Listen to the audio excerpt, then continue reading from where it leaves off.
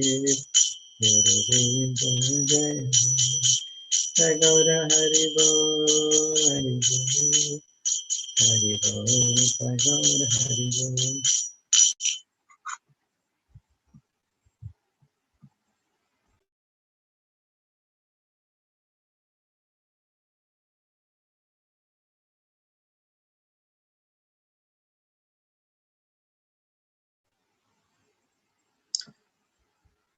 ओम अज्ञानतिमिरान्धस्य ज्ञानाञ्जनशलाकया चक्षुरुन्मीलितं येन तस्मै श्रीगुरुवे नमः। श्रीचैतन्यमनोभीष्टं स्थापितं येन भूतले स्वयं रूपकदा मह्यं ददाति सुपदान्ति। वन्देऽहं श्रीगुरु श्रीयुधापदकमलं श्रीगुरु वैष्णवांश श्रीरूपं साग्रजातं सगणरघुनाथान्वितं तं सजीवं साद्वैतं सावधूतं परिजनसहितं कृष्णचैतन्यदेव श्रीराधाकृष्णपादां सगणललितां श्रीविशाखान्वितां च हे कृष्णा करुणा सिंधु दीनबंधु जगत्पति गोपेश गोपिका कांता राधा कांत नमस्ते तप्त कांचन गौरांगी राधे वृंदावनेश्वरी वृषभानुसुते देवी प्रणमामि हरिप्रिये वाञ्छाकल्पतरुभ्यश्च कृपा सिन्धुभ्येव च पतितानां पावनेभ्यो वैष्णवेभ्यो नमो नमः।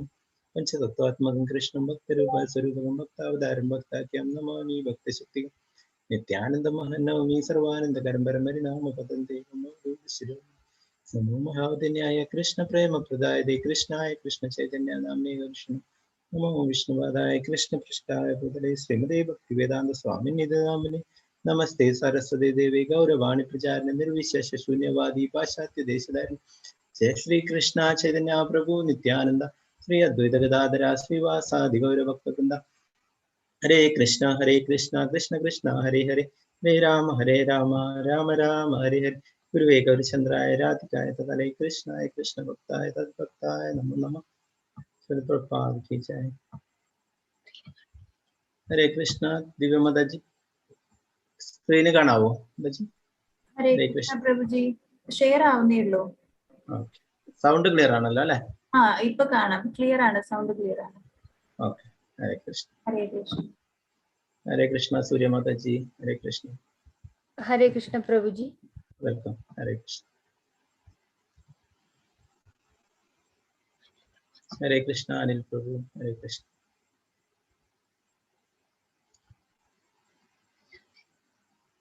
ഹരേ കൃഷ്ണ. നമുക്ക് ക്ലാസ്സിലേക്ക് കടക്കാം. അപ്പോൾ ഭഗവത്ഗീതയിലെ 18 അധ്യായങ്ങളിൽ നമ്മൾ 18 ദിവസങ്ങളിലായിട്ട് എടുക്കുന്നു. ഓരോ അധ്യായങ്ങൾ 700 ശ്ലോകങ്ങളുണ്ട് ഭഗവത്ഗീതയിൽ മുഴുവനായിട്ട്. നമ്മൾ അതിലെ എല്ലാ ശ്ലോകങ്ങളും ഈ ക്ലാസ്സിൽ എടുക്കുന്നില്ല. ഇതൊരു ഭഗവത്ഗീത ഓവർവ്യൂ ആണ്.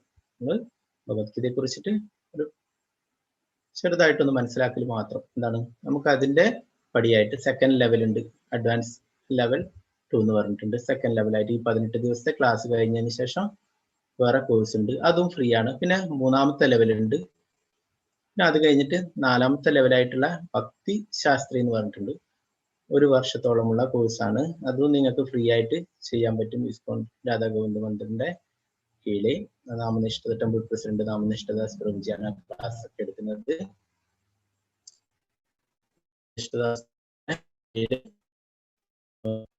നിർദ്ദേശപ്രകാരമാണ് നിങ്ങൾക്കൊക്കെ 18 ദിവസത്തെ ഗീത ക്ലാസ് നടത്തുന്നത്. നമ്മൾ പഠിക്കുന്നത് ഭഗവത്ഗീത യഥാരൂപമാണ്. ഭഗവത്ഗീതക്ക് ധാരാളം ഭാഷ്യങ്ങൾ എഴുതിയിട്ടുണ്ട്. നമ്മുടെ മലയാളത്തിൽ തന്നെ ധാരാളം ആചാര്യന്മാർ ഭഗവത്ഗീതക്ക് ഭാഷ്യം എഴുതിയിട്ടുണ്ട്. അപ്പോൾ അതിൽ ഓരോ തരത്തിലും അവരുടെ ഭാവനക്കനുസരിച്ചിട്ടൊക്കെയാണ് പല ഗ്രന്ഥങ്ങൾ എഴുതിയിട്ടുള്ളവരും അതിൽ രേഖപ്പെടുത്തിയിട്ടുള്ളത്. അവരുടെ അഭിപ്രായങ്ങളും അവരുടെ ഭാവനക്കനുസരിച്ചൊക്കെയാണ്. എന്നാൽ ഇതിൽ നിന്ന് വ്യത്യസ്തമായി ഭഗവാൻ എന്താണോ പറഞ്ഞിട്ടുള്ളത്, കൃഷ്ണൻ എന്താണോ പറഞ്ഞിട്ടുള്ളത്, അത് അതേപടി യാതൊരു മാറ്റവും വരുത്താതെ അത് നമ്മുടെ കൈകളിൽ എത്തിക്കുന്നു. ഭഗവത്ഗീത യഥാരൂപം എന്ന പേരിൽ നമ്മുടെ ഇസ്കോൺ ഫൗണ്ടർ ആചാര്യരായിട്ടുള്ള ദിവ്യപൂജ്യ ശ്രീ ശ്രീമതി എസ് ഭക്തി വേദാന്ത സ്വാമി പ്രഭുപാദർ. പ്രഭുപാദര് ഇസ്കോൺ സ്ഥാപിച്ചിട്ട് അതിന്റെ വാർഷികമാണ് ഇന്നത്തെ ദിവസം. ഇന്ന് വളരെ പ്രത്യേകതയുള്ള ഒരു ദിവസമാണ്. 1966 ന്യൂയോർക്കിൽ വെച്ചിട്ട് ഈ ഹരേ കൃഷ്ണ പ്രസ്ഥാനം international society for Krishna consciousness എന്ന ഈ പ്രസ്ഥാനം ന്യൂയോർക്കിൽ വെച്ചാണ് രൂപീകരിച്ചിട്ടുള്ളത്. അപ്പോൾ എന്താണ്, എല്ലാവർക്കും ആത്മീയമായിട്ട് ആ ചിന്തിക്കുന്ന ആ ഭഗവാനെ കൃഷ്ണന് വേണ്ടിയിട്ട് സേവനങ്ങൾ ചെയ്യുന്ന കൃഷ്ണന്റെ ഭക്തന്മാർക്കൊക്കെ ഒന്നിച്ചുകൂടാനുള്ള ഒരു വലിയൊരു വീട്, ലോകം മുഴുവനുള്ള എല്ലാവർക്കും വസിക്കുവാനായിട്ട് ഒരു വലിയൊരു വീട് നമുക്ക് നിർമ്മിച്ചു തന്നു. അതാണ് കൃഷ്ണാവബോധ പ്രസ്ഥാനം, ഹരേ കൃഷ്ണ പ്രസ്ഥാനം, ഇസ്കോൺ എന്ന് പറയുന്നത്. നിങ്ങൾക്ക് നെറ്റിലൊക്കെ പോയിട്ട് സെർച്ച് ചെയ്ത് കഴിഞ്ഞാൽ കാണാൻ പറ്റും. ലോകത്ത് എല്ലായിടത്തും, എല്ലാ സ്ഥലങ്ങളിലും, ലോകത്തിലുള്ള എല്ലാ സ്ഥലങ്ങളിലും ഇവിടെ കൊറിയയിൽ അങ്ങനെ ഇല്ല തോന്നുന്നു, ബാക്കി എല്ലാ രാജ്യങ്ങളിലും ഇസ്കോണിന് അമ്പലങ്ങളും സത്സംഗങ്ങളും ധാരാളം ഭക്തന്മാരും ഒക്കെ ഉണ്ട്. അപ്പോൾ പ്രഭുപാദര് നമുക്കൊക്കെ വേണ്ടി ചെയ്തു തന്നതാ. പ്രഭുപാദർ ഒറ്റയ്ക്കാണ് ഈ മൂവ്മെന്റ് തുടങ്ങിയിട്ടുള്ളത്. 1966 ആരും ഉണ്ടായിരുന്നില്ല. ഇദ്ദേഹത്തിന് ഭഗവാനിൽ പൂർണ്ണ വിശ്വാസമുണ്ടായിരുന്നു, ഭഗവാന്റെ തിരുനാമത്തിലും ഒക്കെ പൂർണ്ണ വിശ്വാസമുണ്ടായിരുന്നു. ആ വിശ്വാസം കൊണ്ട് തന്നെയാണ് അദ്ദേഹം ഈ പ്രസ്ഥാനം ഇന്ന് ലോകം മുഴുവൻ വ്യാപിച്ചു കിടക്കുന്നു. 1000-ലധികം ക്ഷേത്രങ്ങളുണ്ട്, ധാരാളം ഉണ്ട്.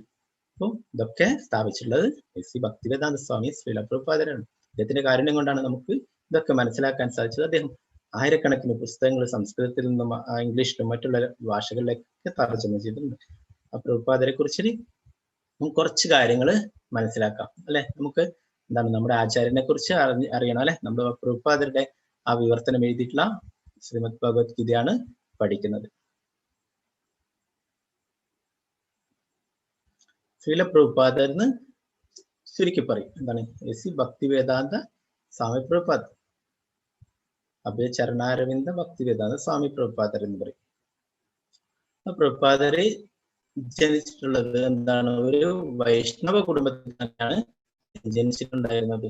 അദ്ദേഹത്തിന്റെ വീടിനടുത്തായിട്ട് ഈ രാധാകൃഷ്ണന്മാരുടെ ക്ഷേത്രം ഉണ്ടായിരുന്നു, ശ്രീ രാധാ ഗോവിന്ദ മന്ദിർ ഉണ്ടായിരുന്നു. അപ്പൊ അവിടെ അച്ഛന്റെ അമ്മയുടെ കൂടെയൊക്കെ കുട്ടിക്കാലത്ത് തന്നെ പ്രഭുപാദര് അവിടെയൊക്കെ പോയിട്ടുണ്ടായിരുന്നു. ഇപ്പോഴും ആ ഭഗവാനെ കുറിച്ചൊക്കെ അങ്ങനെ ചെറിയ കുട്ടിക്കാലത്ത് തന്നെ മനസ്സിലാക്കിയിരുന്നു. അങ്ങനെ അദ്ദേഹം 5 വയസ്സുള്ളപ്പോൾ, ഒരു കുട്ടിയായിരിക്കുന്ന സമയത്ത് അദ്ദേഹം തന്റെ പിതാവിനോട് ആവശ്യപ്പെട്ടത് ഭഗവാനെ ഇരുത്തിയിട്ട് വലിച്ചു കൊണ്ടുപോകാൻ ഒരു രഥം ഉണ്ടാക്കി തരണം എന്നാ പറഞ്ഞത് അല്ലെ. നമുക്കറിയാം നമ്മുടെയൊക്കെ വീടുകളിലുള്ള കുട്ടികൾ ചെറുതായിരിക്കുമ്പോൾ അവർക്ക് ടോയ്സ്, പലതരത്തിലുള്ള ടോയ്സ് ആവശ്യപ്പെടും അല്ലെ.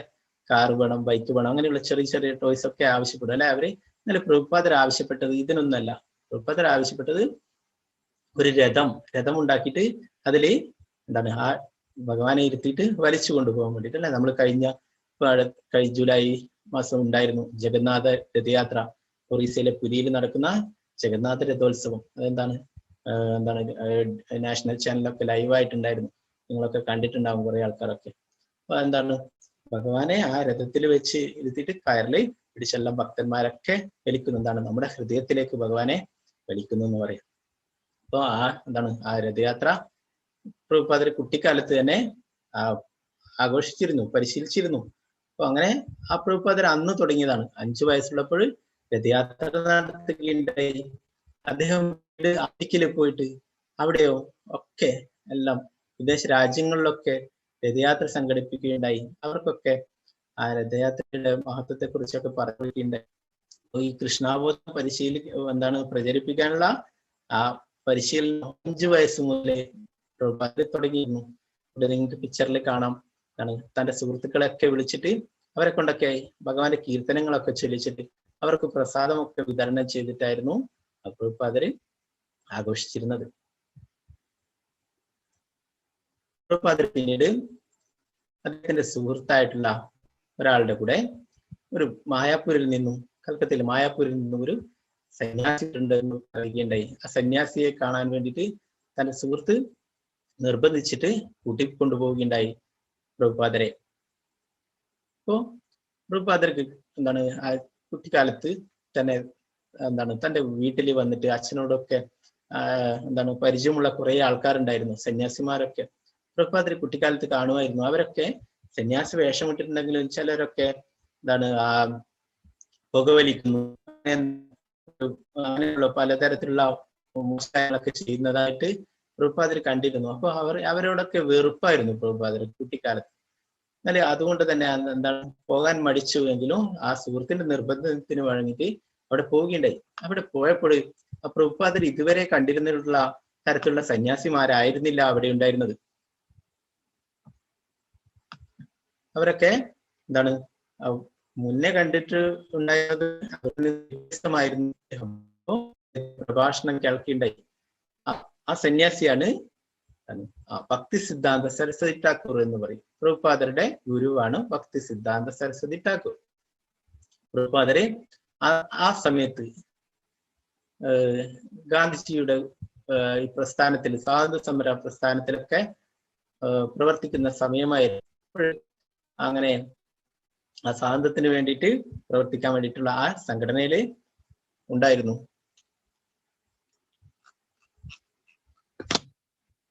അപ്പോൾ അവിടെ പോയിട്ട് ഭക്തി സിദ്ധാന്ത സരസ്വതിയുടെ പ്രഭാഷണങ്ങളൊക്കെ കഴിഞ്ഞപ്പോൾ എന്താണ് ചോദ്യങ്ങളൊക്കെ ചോദിക്കുന്ന അവസരത്തില് പ്രഭുപാദര് അദ്ദേഹത്തോട് ചോദിക്കുന്നുണ്ടായിരുന്നു, നിങ്ങൾ പറയുന്നതൊക്കെ ശരി തന്നെ, ആത്മീയമായിട്ട് എന്താണ് നമ്മൾ അതിന്റെ പാതയിലേക്ക് വരണം, ഭക്തി ചെയ്യണം, ഇതൊക്കെ നിങ്ങൾ പറയുന്നതൊക്കെ ശരി തന്നെ. നമുക്കിപ്പോ വളരെ പ്രധാനപ്പെട്ടത് സ്വാതന്ത്ര്യമാണ്, അതിനു വേണ്ടിയിട്ടാണ് നമ്മൾ പ്രവർത്തിക്കേണ്ടത് അല്ലേ എന്ന് പ്രഭുപാദര് ചോദിക്കുന്നുണ്ടായി. അദ്ദേഹത്തിന് ആ ഭക്തി സിദ്ധാന്ത സരസ്വതി പറഞ്ഞു കൊടുക്കുകയുണ്ടായി, എന്താണ് മാറ്റങ്ങൾ വേണ്ടത്, സ്വാതന്ത്ര്യം വേണ്ടുന്നത് നമ്മുടെ ഉള്ളിൽ നിന്ന് തന്നെയാണെന്ന് പറയും. ആ ഭരണാധികാരികൾ മാറും. പണ്ട് കാലത്ത് രാജാക്കന്മാർ ഭരിച്ചു, പിന്നീട് മുഗളന്മാർ ഭരിച്ചു, പിന്നീട് ബ്രിട്ടീഷുകാർ ഭരിച്ചു. ഇങ്ങനെ ഇത് എപ്പോഴും തുടർന്നുകൊണ്ടേയിരിക്കും.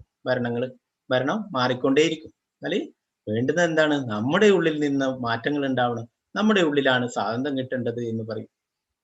അപ്പോ അതിനെക്കുറിച്ച് പ്രഭുപാദര് പിന്നീട് അദ്ദേഹത്തോട് ചോദിക്കാൻ തുടങ്ങി. അങ്ങനെ അദ്ദേഹം കുറെ കാര്യങ്ങൾ പറഞ്ഞു കൊടുക്കുകയുണ്ടായി. എന്താണ് നമ്മൾ എല്ലാവരും എന്താണ് ഒരു ബ്രിട്ടീഷുകാരിൽ നിന്ന് നമുക്ക് സ്വാതന്ത്ര്യം കിട്ടിയല്ലേ, രാജ്യത്തിന് സ്വാതന്ത്ര്യം കിട്ടി. നമ്മളൊക്കെ ഇന്നും എന്താണ് ആ തടവിലാണുള്ളത്. എന്താണ് തടവ്? ഭൗതിക ലോകത്ത്. ഭൗതിക ലോകത്ത് 4 കാര്യങ്ങളുണ്ട്: ജന്മ, മൃത്യു, ജര, വ്യാധി. എല്ലാവരും ജനിക്കുന്നു അല്ലെ, പ്രായമാവുന്നു, രോഗങ്ങൾ വരുന്നു, മരിക്കുന്നു, ശരീരം ഉപേക്ഷിക്കുന്നു അല്ലെ, മരിക്കുന്നു. ഇത് ഇങ്ങനെ തുടർന്നുകൊണ്ടേയിരിക്കുന്നു അല്ലെ. നമുക്ക് ഇതിൽ നിന്ന് മോചനമാണ് വേണ്ടത്. ഇതിൽ നിന്ന് എങ്ങനെ മോചനം നേടാം? ഇതൊക്കെയാണ് ഈ ഭഗവത്ഗീത പറഞ്ഞു തരുന്നത്. നമ്മൾ ആരാണ് യഥാർത്ഥത്തിൽ? ഇപ്പോൾ എന്റെ കണ്ണ്, എന്റെ മൂക്ക്, എന്റെ ചെവി, എന്റെ തല എന്നൊക്കെ പറയും അല്ലെ. ഈ ഞാൻ ആരാണ് അല്ലെ? അതിനെക്കുറിച്ചാണ് ഭഗവത്ഗീത പറഞ്ഞു തരുന്നത്. 2-ാം അധ്യായത്തിലൊക്കെ നമ്മൾ അതിനെക്കുറിച്ച് കൂടുതൽ പഠിക്കും അല്ലെ.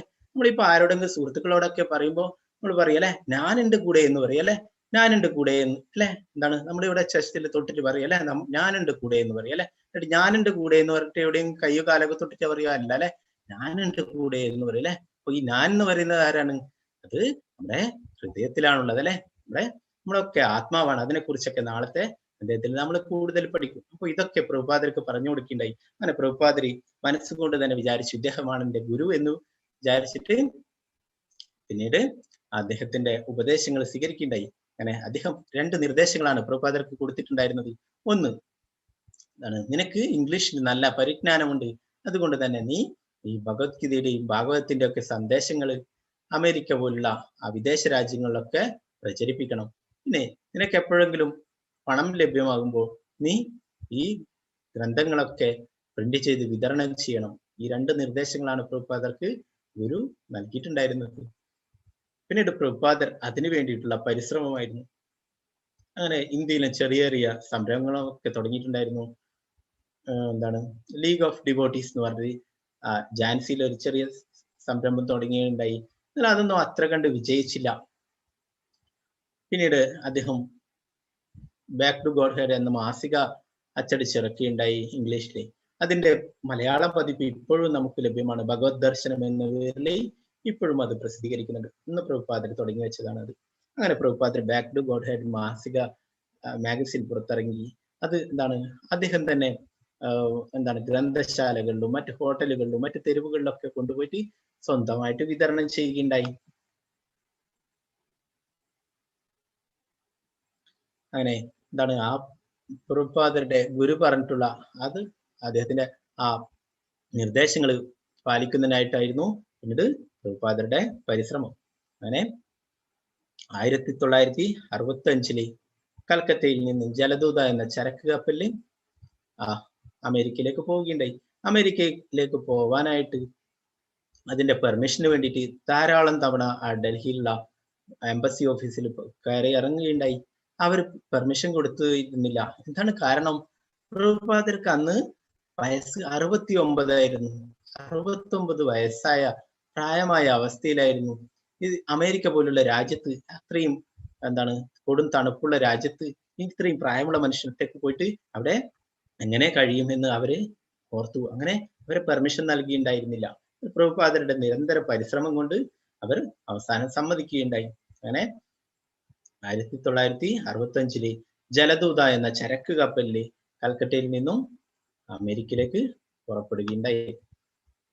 അപ്പൊ അങ്ങനെ പുറപ്പെട്ടത് ഭാഗവതം ഗ്രന്ഥം പ്രിന്റ് ചെയ്തിട്ട് ലഭിക്കാനുണ്ടായിരുന്നു ബോംബെയിൽ നിന്ന്. അപ്പൊ അതിന് വെയിറ്റ് ചെയ്യാം, അതിന് കാത്തു നിൽക്കുകയുണ്ടായി. അങ്ങനെ കേരളത്തിലും ഒരു ദിവസം പ്രഭുപാദരെ തങ്ങിയുണ്ടായി.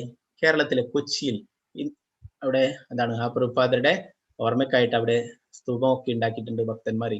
അപ്പോ അങ്ങനെ 1965 കൽക്കട്ടയിൽ നിന്നും പുറപ്പെട്ടിട്ട് കൊച്ചിയില് എന്താണ് മട്ടാഞ്ചേരി, അന്ന് തുറമുഖം മട്ടാഞ്ചേരി ആയിരുന്നു, അവിടെ ഒരു ദിവസം വെയിറ്റ് ചെയ്യുകയുണ്ടായി ഭാഗവതം പുസ്തകം ലഭിക്കാൻ വേണ്ടിയിട്ട്.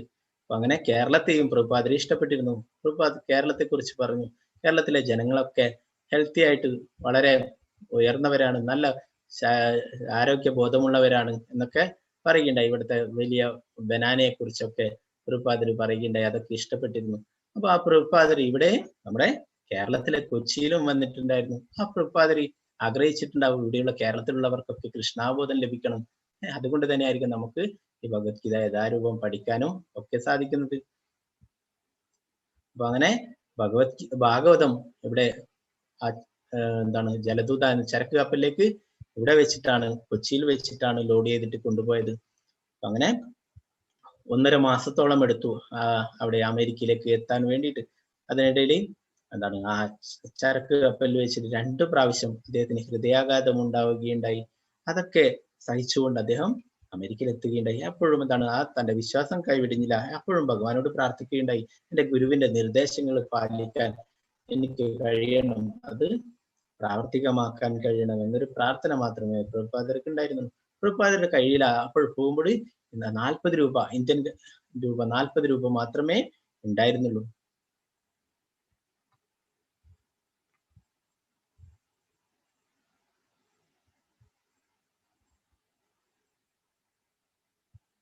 അപ്പൊ അങ്ങനെ അമേരിക്കയിൽ എത്തുകയുണ്ടായി. അവിടെ എന്താണ് ആ ബോസ്റ്റൺ എന്ന നഗരത്തില് അദ്ദേഹം എത്തുകയുണ്ടായി. ആരെയും പരിചയമില്ല. അമേരിക്ക പോലുള്ള രാജ്യത്ത് ആരെയും അദ്ദേഹത്തിന് പരിചയം ഉണ്ടായിരുന്നില്ല. എങ്ങോട്ട് പോകണം, ഏത് ഭാഗത്തേക്ക് പോകണം ഒന്നും അദ്ദേഹത്തിന് പരിചയം ഉണ്ടായിരുന്നില്ല. അവിടെ അദ്ദേഹം കാണുകയുണ്ടായി, കപ്പലിൽ നിന്ന് നോക്കുമ്പോൾ തന്നെ വലിയ ആകാശം മുട്ടുന്ന വലിയ വലിയ ബിൽഡിങ്ങുകളും ഒക്കെ കാണുകയുണ്ടായി അല്ലെ. അമേരിക്കയിൽ എല്ലാം കൊണ്ടും അവര് സന്തുഷ്ടരാണ്. എന്താണ് സമ്പത്തും മറ്റുള്ള എല്ലാം ഏത് കാര്യത്തിൽ നോക്കിയാലും എല്ലാറ്റിലും അവർ മുൻപന്തിയിലാണ് അല്ലെ. എന്നാൽ അവർക്കൊന്നും യഥാർത്ഥമായിട്ടുള്ള സന്തോഷം ലഭിച്ചിരുന്നില്ല. അപ്പോ അങ്ങനെ പ്രഭുപാദരെ ആ ഭഗവാനോട് പ്രാർത്ഥിക്കുകയുണ്ടായി. എന്താണ് ഇത്രയും വലിയ ഇന്ത്യയിൽ തന്നെ ഭഗവത്ഗീത ഭാഗവതം പറഞ്ഞു കൊടുത്തിട്ട് കേൾക്കാൻ ആളില്ല അല്ലെ, ആർക്കും താല്പര്യമില്ല. ആ കാര്യം എന്താണ് ഇവിടെ ഇത്രയും എന്താണ് ആ സാമ്പത്തികമായിട്ട് ഏറ്റവും ഉയർന്നു നിൽക്കുന്ന ഈ രാജ്യത്ത് വന്നിട്ട് എന്താണ് അത്രയും സുഖലോലുപരായിട്ട് കഴിയുന്നവരുടെ ഇടയിൽ വന്നിട്ട് എങ്ങനെ പ്രചരിപ്പിക്കുമെന്ന് പ്രഭുപാദർ പറയുകയുണ്ടായി. കൃഷ്ണ, നീ ആഗ്രഹിക്കുന്നു ഇവർക്കൊക്കെ ഈ സന്ദേശങ്ങൾ മനസ്സിലാക്കാൻ സാധിക്കണമെന്ന് നീ ആഗ്രഹിക്കുന്നെങ്കിൽ അതിന് എന്താണ് അനുഗ്രഹങ്ങൾ നൽകണമെന്ന് പറയുകയുണ്ടായി. അവർക്കൊക്കെ ഇത് ഞാൻ പറയുന്ന കാര്യങ്ങളൊക്കെ മനസ്സിലാക്കാനുള്ള ആ അനുഗ്രഹം നൽകണേ എന്ന് പ്രഭുപാദരോട് പ്രഭുപാദർ ഭഗവാനോട് പ്രാർത്ഥിക്കുകയുണ്ടായി. പ്രഭുപാദർ പറയുന്നു, ഞാൻ കൃഷ്ണന്റെ കയ്യിൽ വെറും ഒരു പാവയാണ്. എന്താണ് കൃഷ്ണനോട് പറയുന്നു, ഭഗവാനോട് പറയുന്നു, ഞാൻ അങ്ങയുടെ കയ്യിൽ വെറും പാവയാണ്, അങ്ങക്ക് എന്ത് വേണമെങ്കിലും എന്നെ കൊണ്ട് ചെയ്യിക്കാം എന്ന് പറയുന്നു. എനിക്ക് യാതൊരു യോഗ്യതയുമില്ല, എനിക്ക് യാതൊരു വിവരമില്ല, ജ്ഞാനവുമില്ല. അങ്ങ് എന്താണ് എന്താഗ്രഹിക്കുന്നുവോ അത് ഞാൻ ചെയ്യാമെന്ന് പറയുകയുണ്ടായി. അപ്പൊ അങ്ങനെ പ്രഭുപാദരെ അവിടെ ഒറ്റയ്ക്ക് നഗര സങ്കീർത്തനം ചെയ്തിട്ട് കർത്താല് മുട്ടിയിട്ട് സങ്കീർത്തനം ചെയ്തിട്ട് തെരുവിലൂടെ പോവുകയുണ്ടായി. അങ്ങനെ ഓരോരോ ആൾക്കാരും അത് ശ്രദ്ധിക്കാൻ തുടങ്ങി. അങ്ങനെ പ്രഭുപാദർ ഒരു വലിയൊരു സങ്കീർത്തനം നടത്തുകയുണ്ടായി. ആ ടോംസൺ സ്ക്വയർ പാർക്ക് എന്ന ആ പാർക്കിൽ 10,000 കണക്കിന് ആൾക്കാർ പങ്കെടുത്ത വലിയൊരു സങ്കീർത്തനം നടക്കുകയുണ്ടായി. അതിൽ എന്താണ് അത് എല്ലാവരും മാധ്യമങ്ങളിലൂടെയും എല്ലാം അമേരിക്ക മുഴുവനായിട്ടും അറിയുകയുണ്ടായി. ഒരു സ്വാമി, ഇന്ത്യയിൽ നിന്ന് വന്നിട്ടുള്ള ഒരു സ്വാമി എന്താണ് ഹരേ കൃഷ്ണ മഹാമന്ത്രം കീർത്തനം ചെയ്യുന്നു. അതിൽ ആകൃഷ്ടരായിട്ട് ധാരാളം ആൾക്കാർ ഒത്തുചേർന്നു എന്നുള്ളത് എല്ലായിടത്തും വാർത്തയാവുകയുണ്ടായി. പ്രഭുപാദരി അവിടെ എന്താണ് ഏറ്റവും മോശപ്പെട്ട രീതിയിൽ ജീവിക്കുന്ന ആൾക്കാരുണ്ടായിരുന്നു. ഹിപ്പികൾ എന്ന് പറഞ്ഞിട്ട് ഒരു വർഗം. അവരെന്താണ് 16, 18, 20 വയസ്സുള്ള യുവാക്കള്. അവര് മദ്യവും മയക്കുമരുന്നും ഒക്കെ അടിച്ച് കുത്തഴിഞ്ഞ് ജീവിതം നയിച്ചു വരുന്നവരായിരുന്നു. അവർ സമൂഹം പുറന്തള്ളിയവരായിരുന്നു. വീട്ടുകാർക്കൊക്കെ വേണ്ടാതെ അവരൊക്കെ ഒറ്റപ്പെട്ട് കഴിയുന്നവരായിരുന്നു. അങ്ങനെയുള്ളവർക്കാണ് പ്രഭുപാദർ ആദ്യം കാരുണ്യം നൽകിയത്. അവർക്കൊക്കെ കൃഷ്ണ പ്രസാദം കൊടുക്കുകയുണ്ടായി. അവർക്കൊക്കെ ഈ ഭഗവാന്റെ തിരുനാമത്തെ കുറിച്ചൊക്കെ പറഞ്ഞു കൊടുക്കുകയുണ്ടായി. ഈ ഭഗവത്ഗീതയിലെ ജ്ഞാനമൊക്കെ പറഞ്ഞു കൊടുക്കുകയുണ്ടായി. അവർ ചെയ്യുന്ന ഈ എന്താണ് അധർമ്മങ്ങളൊക്കെ, അവർ ചെയ്യുന്ന ഈ പാപങ്ങളൊക്കെ ഇല്ലാതാക്കണമെന്ന് പറയുകയുണ്ടായി. ഇതൊക്കെ വലിയ അപകടങ്ങൾ നിങ്ങൾക്ക് വരുത്തി വെക്കും. അപ്പോൾ ഇതൊക്കെ ഉപേക്ഷിക്കണം എന്ന് പറഞ്ഞിട്ട് അവരെയൊക്കെ ആ ലഹരിയിൽ നിന്നൊക്കെ മാറ്റാൻ സാധിച്ചു പ്രഭുപാദർക്ക്. പ്രഭുപാദർ ആദ്യം മാറ്റിയത് അങ്ങനെയായിരുന്നു. സമൂഹത്തിൽ ആർക്കും വേണ്ടാത്തവരെയാണ് പ്രഭുപാദരെ ആദ്യം ഉദ്ധരിച്ചത്. അവർക്കാണ് ഈ ഭഗവാന്റെ സന്ദേശങ്ങൾ പറഞ്ഞെടുത്ത് അവരെ കൃഷ്ണ ഭക്തന്മാരാക്കുകയുണ്ടായി. അപ്പോൾ ആ ലോകം മുഴുവൻ ശ്രദ്ധിക്കാൻ തുടങ്ങി അവരിലുള്ള മാറ്റങ്ങൾ. ആ ഹിപ്പികളൊക്കെ ഹാപ്പികളായി മാറി. ഇവിടെ നിങ്ങൾക്ക് എന്താണ് ജോർജ് ഹാരിസൺ, അമേരിക്കയിലെ പ്രശസ്ത സംഗീതജ്ഞനായിരുന്നു. അദ്ദേഹം പ്രഭുപാദരുടെ ഈ ഹരേ കൃഷ്ണ മഹാമന്ത്രത്തെ കുറിച്ച്, ഈ പ്രസ്ഥാനത്തെ കുറിച്ചൊക്കെ കേട്ടിട്ട് അദ്ദേഹം ആൽബം ചെയ്യാമെന്ന് പറഞ്ഞിട്ട് പ്രഭുപാദരെ സമീപിക്കുകയുണ്ടായി. ഹരേ കൃഷ്ണ മഹാമന്ത്രം എന്താണ് കീർത്തനം ചെയ്തുകൊണ്ട് ആൽബം നിർമ്മിക്കുകയുണ്ടായി. അങ്ങനെ അത് ലോകം മുഴുവൻ ശ്രദ്ധിക്കുകയുണ്ടായി. പ്രഭുപാദര് 108 ശ്രീകൃഷ്ണ ക്ഷേത്രങ്ങൾ നിർമ്മിക്കുകയുണ്ടായി. ഇന്നത് ആയിരക്കണക്കിന് ക്ഷേത്രങ്ങളുണ്ട് ലോകം മുഴുവനായിട്ട്. ഇപ്പൊ ഈ ആയിരക്കണക്കിന് പുസ്തകങ്ങൾ സംസ്കൃതത്തിൽ നിന്ന് വിവർത്തനം ചെയ്യുകയുണ്ടായി. മറ്റു ഭാഷകളിലൊക്കെ ഭഗവത്ഗീത തന്നെ 85ഓളം ഭാഷകളിൽ തർജ്ജമ ചെയ്യുകയുണ്ടായി. ബാക്ക് ടു ഗോഡ് മാസിക പ്രസിദ്ധീകരിക്കുകയുണ്ടായി. സമൂഹത്തിലുള്ള ഉന്നതരായ വ്യക്തികളുമായിട്ടൊക്കെ ഈ ഭഗവത്ഗീതയുടെ സന്ദേശങ്ങൾ പ്രചരിപ്പിക്കേണ്ട പ്രാധാന്യത്തെക്കുറിച്ച് പറഞ്ഞു കൊടുക്കുകയുണ്ടായി. നമ്മുടെ രാജ്യത്തും എന്താണ് പ്രധാനമന്ത്രി ഇന്ദിരാഗാന്ധിയോ ഒക്കെ കാണുകയുണ്ടായി. അവരോടൊക്കെ ഇതിന്റെ പ്രാധാന്യത്തെക്കുറിച്ച് പറഞ്ഞു കൊടുക്കുകയുണ്ടായി. എല്ലാവരിലും കൃഷ്ണാബോധം എത്തിക്കേണ്ട, ഭഗവത്ഗീത സന്ദേശം എത്തിക്കേണ്ട പ്രാധാന്യത്തെക്കുറിച്ചൊക്കെ പറഞ്ഞു കൊടുക്കുകയുണ്ടായി. ലോകം മുഴുവനായിട്ടും ആ രഥയാത്ര നടത്തുകയുണ്ടായി. ഒറീസയിലെ പുരി ജഗന്നാഥ ക്ഷേത്രത്തിൽ മാത്രം നടത്തിയിരുന്ന ആ രഥയാത്ര ലോകം മുഴുവൻ നടത്തുകയുണ്ടായി. എല്ലായിടത്തും ഇപ്പോഴും എന്താണ് നമ്മുടെ കേരളത്തിലൊക്കെയുള്ള വലിയ സിറ്റികളിലൊക്കെ നടത്താറുണ്ട്. ഈ കൊറോണ കാലത്തിന് മുന്നേ ഒക്കെ നടത്തിയിട്ടുണ്ടായിരുന്നു. തിരുവനന്തപുരം, പിന്നെന്താണ് പാലക്കാട്, അങ്ങനെ തൃശ്ശൂർ, അങ്ങനെയുള്ള എന്താണ് കണ്ണൂർ, അങ്ങനെ കുറെ സ്ഥലങ്ങളിലൊക്കെ രഥയാത്ര കേരളത്തിൽ നടത്തുന്നുണ്ട്. വലിയ വലിയ സിറ്റികളിലൊക്കെ നടത്താറുണ്ട്. പ്രഭുപാദര് എന്താണ് 12 വർഷത്തിനുള്ളിൽ 14 തവണ ലോകം മുഴുവൻ ചുറ്റി സഞ്ചരിച്ച് കൃഷ്ണാബോധം പ്രചരിപ്പിക്കുകയുണ്ടായി. ഇവിടെ ഭഗവത്ഗീത യഥാരൂപത്തിൽ അവതാരികയിൽ പറയുന്നു, ഭഗവത്ഗീത പഠിതാവിന്റെ യോഗ്യതകൾ. അർജുനൻ ഭക്തനും ശിഷ്യനും ഉറ്റമിത്രവുമാകിയാലാണ് ഭഗവത്ഗീത അദ്ദേഹത്തിന് ഉപദേശിക്കപ്പെട്ടത്. അതുകൊണ്ട് അർജുനന് സമാനമായ ഗുണങ്ങളുള്ള ഒരാൾക്കാണ് ഭഗവത്ഗീത നന്നായി ഗ്രഹിക്കാൻ കഴിയുക. ശ്രീ ശ്രീ രാധാ ഗോവിന്ദ്, രാധാകൃഷ്ണന്മാരുടെ ഇത് ഇസ്കോൺ ബാംഗ്ലൂരിലുള്ള വിഗ്രഹമാണ്. അമ്പലത്തിലുള്ള ക്ഷേത്രത്തിന്റെ വിലാസം Shri Radha Govind temple, coconut garden road, tollgate, Kadri, Mangaluru, Karnataka. Temple president Namanishthadas Prabhuji, BTech IIT Kanpur. അദ്ദേഹമാണ് ഈ കോഴ്സിനൊക്കെ നേതൃത്വം നൽകുന്നത്. അദ്ദേഹത്തിന്റെ കീഴിലാണ് നമ്മളൊക്കെ നിങ്ങൾക്ക് ഭഗവത്ഗീത പറഞ്ഞു തരുന്നത്. അപ്പോ എന്താണ് നമ്മളൊക്കെ കൊല്ലൂർ മൂകാംബിക ക്ഷേത്രത്തിലൊക്കെ പോകുന്നതാണ് അല്ലെ. ആ പോകുന്ന വഴിയിൽ തന്നെയാണ് ഉടുപ്പി ക്ഷേത്രത്തിന് അടുത്തായിട്ടാണ് നമ്മളെ ടെമ്പിൾ വരുന്നത്. അവിടെ വലിയൊരു ടെമ്പിൾ എടുക്കുന്നുണ്ട്. ഒരു ചെറിയ ടെമ്പിൾ ആയിട്ടാണ് ഉള്ളത്. ഗുരു പരമ്പരയിൽ കൂടി വരുന്നതാണിത്. നേരത്തെ പറഞ്ഞല്ലോ പ്രഭുപാദരുടെ ഗുരു ഭക്തി സിദ്ധാന്ത സരസ്വതി. പ്രഭുപാദർക്ക് ധാരാളം ശിഷ്യന്മാരുണ്ട് ലോകം മുഴുവനായിട്ട്.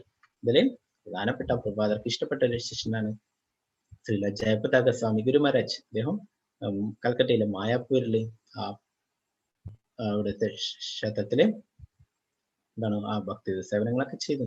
അപ്പോൾ ലോകം മുഴുവൻ അദ്ദേഹത്തിന് ശിഷ്യന്മാരുണ്ട്. അപ്പൊ അദ്ദേഹത്തിന്റെ ശിഷ്യനാണ് നാമനിഷ്ഠദാസ് പ്രഭുജി. അദ്ദേഹത്തിന്റെ കീഴിലാണ് നമ്മളൊക്കെ നിങ്ങൾക്ക് ഭഗവത്ഗീത പറഞ്ഞു തരുന്നത്. എന്തുകൊണ്ട് ഭഗവത്ഗീത യഥാരൂപം യഥാരൂപം എന്ന് പറയുന്നത് കൃഷ്ണൻ എന്താണോ പറഞ്ഞിട്ടുള്ളത് അത് അതേപടി യാതൊരു മാറ്റവും വരുത്താതെ എന്താണ് എല്ലാവരിലും എത്തിക്കുന്നു. കൃഷ്ണനിൽ നിന്ന് തുടങ്ങുന്ന പരമ്പരയാണ്. കൃഷ്ണൻ ബ്രഹ്മാവിന് പറഞ്ഞു കൊടുത്തു, ബ്രഹ്മാവ് നാരദർക്ക് പറഞ്ഞു കൊടുത്തു, നാരദർ വ്യാസദേവന് പറഞ്ഞു കൊടുത്തു, വ്യാസദേവർ മധ്വാചാര്യർക്ക് പറഞ്ഞു കൊടുത്തു. അങ്ങനെ ആ പരമ്പരയിൽ വരുന്നത് 32ാമത്തെ ആചാര്യനാണ് AC ഭക്തിവേദാന്ത സ്വാമി പ്രഭുപാദ്. ഇതിൽ 5ാമത്തെ ആചാര്യനാണ് മധ്വാചാര്യൻ. നിങ്ങൾക്കൊക്കെ അറിയായിരിക്കും, ഉടുപ്പി ക്ഷേത്രം അല്ലെ സ്ഥാപിച്ചിട്ടുള്ളത് മധ്വാചാര്യനാണ്. ആ മധ്വാചാര്യനാണ് നമ്മുടെ പരമ്പരയിലെ 5ാമത്തെ ആചാര്യൻ.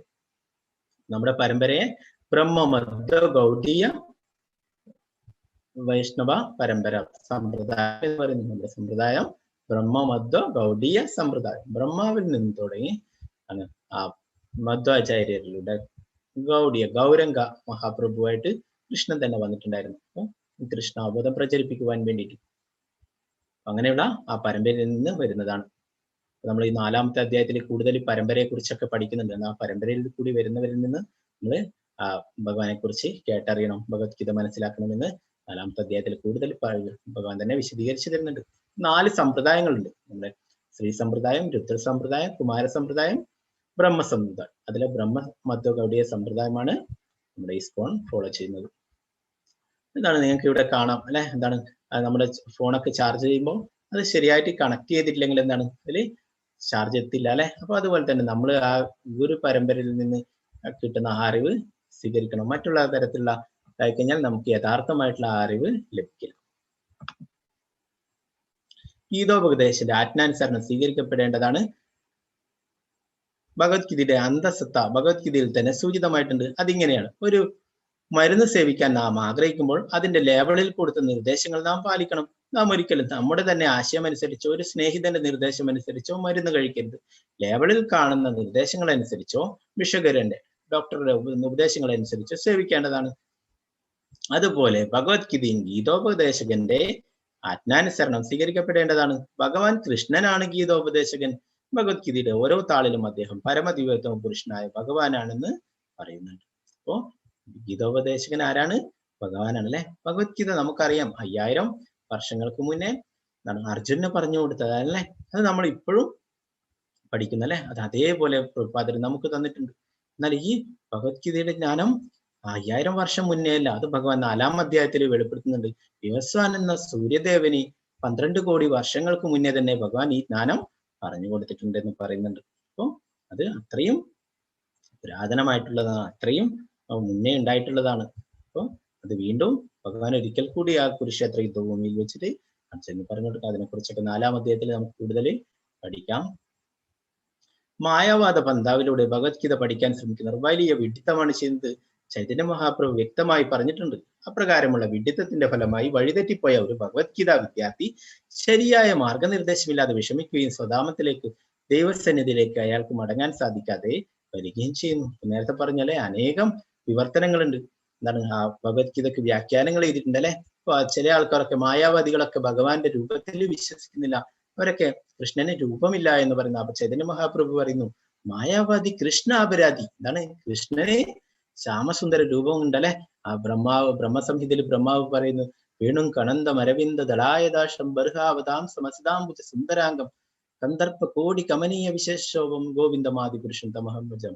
മയിൽപ്പിഴി ചൂടി മഞ്ഞപ്പെട്ടെടുത്ത് വൈജയന്തി മാലയണിഞ്ഞ് ഒടക്കോയിലൊക്കെ പിടിച്ചിട്ടുള്ള ആ ഭഗവാന് ശ്യാമസുന്ദര രൂപം ഉണ്ടല്ലെ. അപ്പൊ ഭഗവാന് രൂപമില്ല എന്ന് പറയുന്നവര് കൃഷ്ണാപരാധിയാണ്. കൃഷ്ണൻ രൂപമില്ല എന്ന് പറയുന്നവര് കൃഷ്ണാപരാധി. അപ്പൊ മായാവാദികൾ എന്ന് പറയുന്നത് കൃഷ്ണാപരാധി. ഒരിക്കലും അവരുടെ വ്യാഖ്യാനങ്ങൾ നമ്മൾ വായിക്കരുത്. അങ്ങനെ ആകുമ്പോൾ നമ്മളും വഴിതെറ്റിപ്പോകും.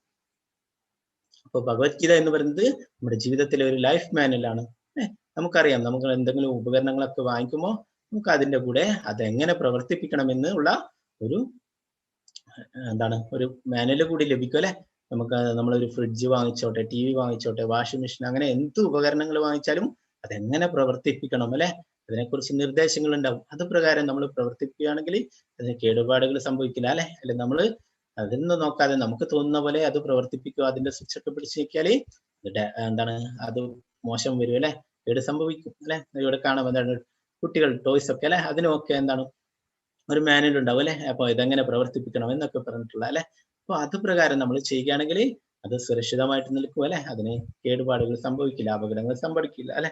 അപ്പൊ അതുപോലെ തന്നെയാണ് നമ്മുടെ ഈ മനുഷ്യജന്മം എങ്ങനെ ഉപയോഗിക്കണം, അത് എന്തിനു വേണ്ടിയിട്ടുള്ളതാണ്, അതിന്റെ യഥാർത്ഥ ലക്ഷ്യം എന്താണ്, ഇതൊക്കെ പറയുന്നതാണ് ഈ ഭഗവത്ഗീത യഥാരൂപം എന്ന് പറയുന്നത്. അപ്പോ ഇതൊരു പുരാണമൊന്നുമല്ല അല്ലെ.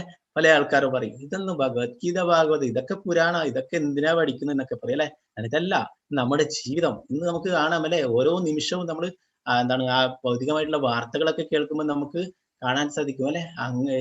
ഇന്ന കാര്യത്തിന് ആത്മഹത്യ ചെയ്തു, ഇന്ന കാര്യത്തിന് ആത്മഹത്യ, ഇന്ന കാര്യത്തിന് കൊന്നു എന്ന് പറഞ്ഞിട്ട് വെറും കൊലപാതകവും ആത്മഹത്യ ഇതൊക്കെയാണ് ഇന്ന് അറിയില്ല അല്ലെ. കലിയുഗം അങ്ങനെയാണ്. കലിയുഗം ശ്രീമദ് ഭാഗവതം പറയുന്നു, കലിയുഗം അത്രയും എന്താണ് മോശപ്പെട്ട കാലമാണ്. അതിൽ കുറച്ചൊരു നല്ല കാലഘട്ടത്തിലാണ് നമ്മൾ ജീവിക്കുന്നത്. കലിയുഗം 10,000 വർഷങ്ങൾ കഴിഞ്ഞു കഴിഞ്ഞാൽ ഇവിടെ എല്ലാം അപ്രത്യക്ഷമാവും എന്ന് പറയുന്നു. ഭൂമിയിൽ നല്ല കാര്യങ്ങൾ ചെയ്യുന്നവരില്ലാതാവും. എന്താണ് ഭാഗവതം ഭഗവത്ഗീത പ്രചരിപ്പിക്കുന്നവരില്ലാതാവും. എന്താണ് ക്ഷേത്രങ്ങളൊക്കെ കച്ചവട സ്ഥാപനമാകും. എന്താണ് അത്രയും ചെറിയ പ്രായങ്ങൾ എല്ലാവരും ജനിക്കും, വേഗത്തിൽ തന്നെ മരിച്ചു പോകും. അങ്ങനെ എല്ലാം അത്രയും സ്പീഡായിട്ട് എല്ലാം അക്രമങ്ങളും കൊലപാതകങ്ങളും ഇതൊക്കെ ആകും. ഭക്ഷ്യക്ഷാമങ്ങൾ ഉണ്ടാവും, ഗംഗ ഭൂമിയിൽ നിന്ന് അപ്രത്യക്ഷമാകും. അങ്ങനെ കുറേ കാര്യങ്ങൾ പറയുന്നു. അപ്പം ഇപ്പൊ നമ്മളുള്ളത് എന്താണ്, കലിയുഗത്തിൽ നല്ല കാലഘട്ടത്തിലാണ്. ഈ 10,000 വർഷം വരെ ഈ എന്താണ് ഭാഗവതം ഭഗവത്ഗീത ധർമ്മങ്ങളൊക്കെ പാലിക്കും, അതൊക്കെ പ്രചരിപ്പിക്കും. നമ്മൾ ഭഗവാന്റെ തിരുനാമൊക്കെ ജപിക്കുന്നവരൊക്കെ ഉണ്ടാവും. അല്ല ഇതൊക്കെ 10,000 വർഷം കഴിഞ്ഞ് കഴിഞ്ഞാൽ ഒന്നും ഉണ്ടാവില്ല എന്ന് പറയുന്നു. നമ്മളിപ്പോ നല്ല കാലഘട്ടത്തിലുള്ള അല്ലെ. നമുക്കെന്താണ് അതൊക്കെയാണ് ഭഗവത്ഗീത പറഞ്ഞു തരുന്നത്. നമ്മുടെ ജീവിതം എന്ന് പറയുന്നത് എന്തിനാണ്, യഥാർത്ഥമായിട്ട് എന്തിനു വേണ്ടിയിട്ടുള്ളതാണ്, നമ്മുടെ യഥാർത്ഥ ലക്ഷ്യം എന്ന് പറയുന്നത് എന്താണ്, അതൊക്കെയാണ് ഈ ഭഗവത്ഗീത നമുക്ക് പറഞ്ഞു തരുന്നത്. അപ്പൊ ഈ ഭഗവത്ഗീതയിലുള്ള ഭഗവാന്റെ ഉപദേശങ്ങൾ നമ്മുടെ ജീവിതത്തിൽ പകർത്തുകയാണെങ്കിൽ നമുക്ക് ജീവിതത്തിൽ വിജയിക്കാൻ പറ്റും അല്ലെ. അർജുനൻ വിജയിച്ചു കുരുക്ഷേത്ര യുദ്ധഭൂമിയിൽ അല്ലെ. കോടിക്കണക്കിന് എന്താണ് ഭടന്മാരുണ്ടായിരുന്നു കൗരവപക്ഷത്തല്ലെ. ഇവര് പാണ്ഡവര് 5 പേര് തന്നെ അല്ലെ, അവരെല്ലാം വിജയിക്കുകയുണ്ടായി. അതാണ് ഭഗവാൻ ഉണ്ടായിരുന്നു അവരുടെ കൂടെ അല്ലെ. അപ്പൊ നമ്മുടെ ജീവിതത്തിലും ഭഗവാനെ മുൻനിർത്തിക്കൊണ്ട് നമ്മൾ ജീവിക്കുകയാണെങ്കിൽ നമ്മുടെ ജീവിതത്തിലും വിജയമുണ്ടാവും. ഭഗവത്ഗീത എന്ന് പറയുന്നത് നമുക്ക് കുറെ ഉപദേശങ്ങൾ ഭഗവാൻ തരുന്നുണ്ട്.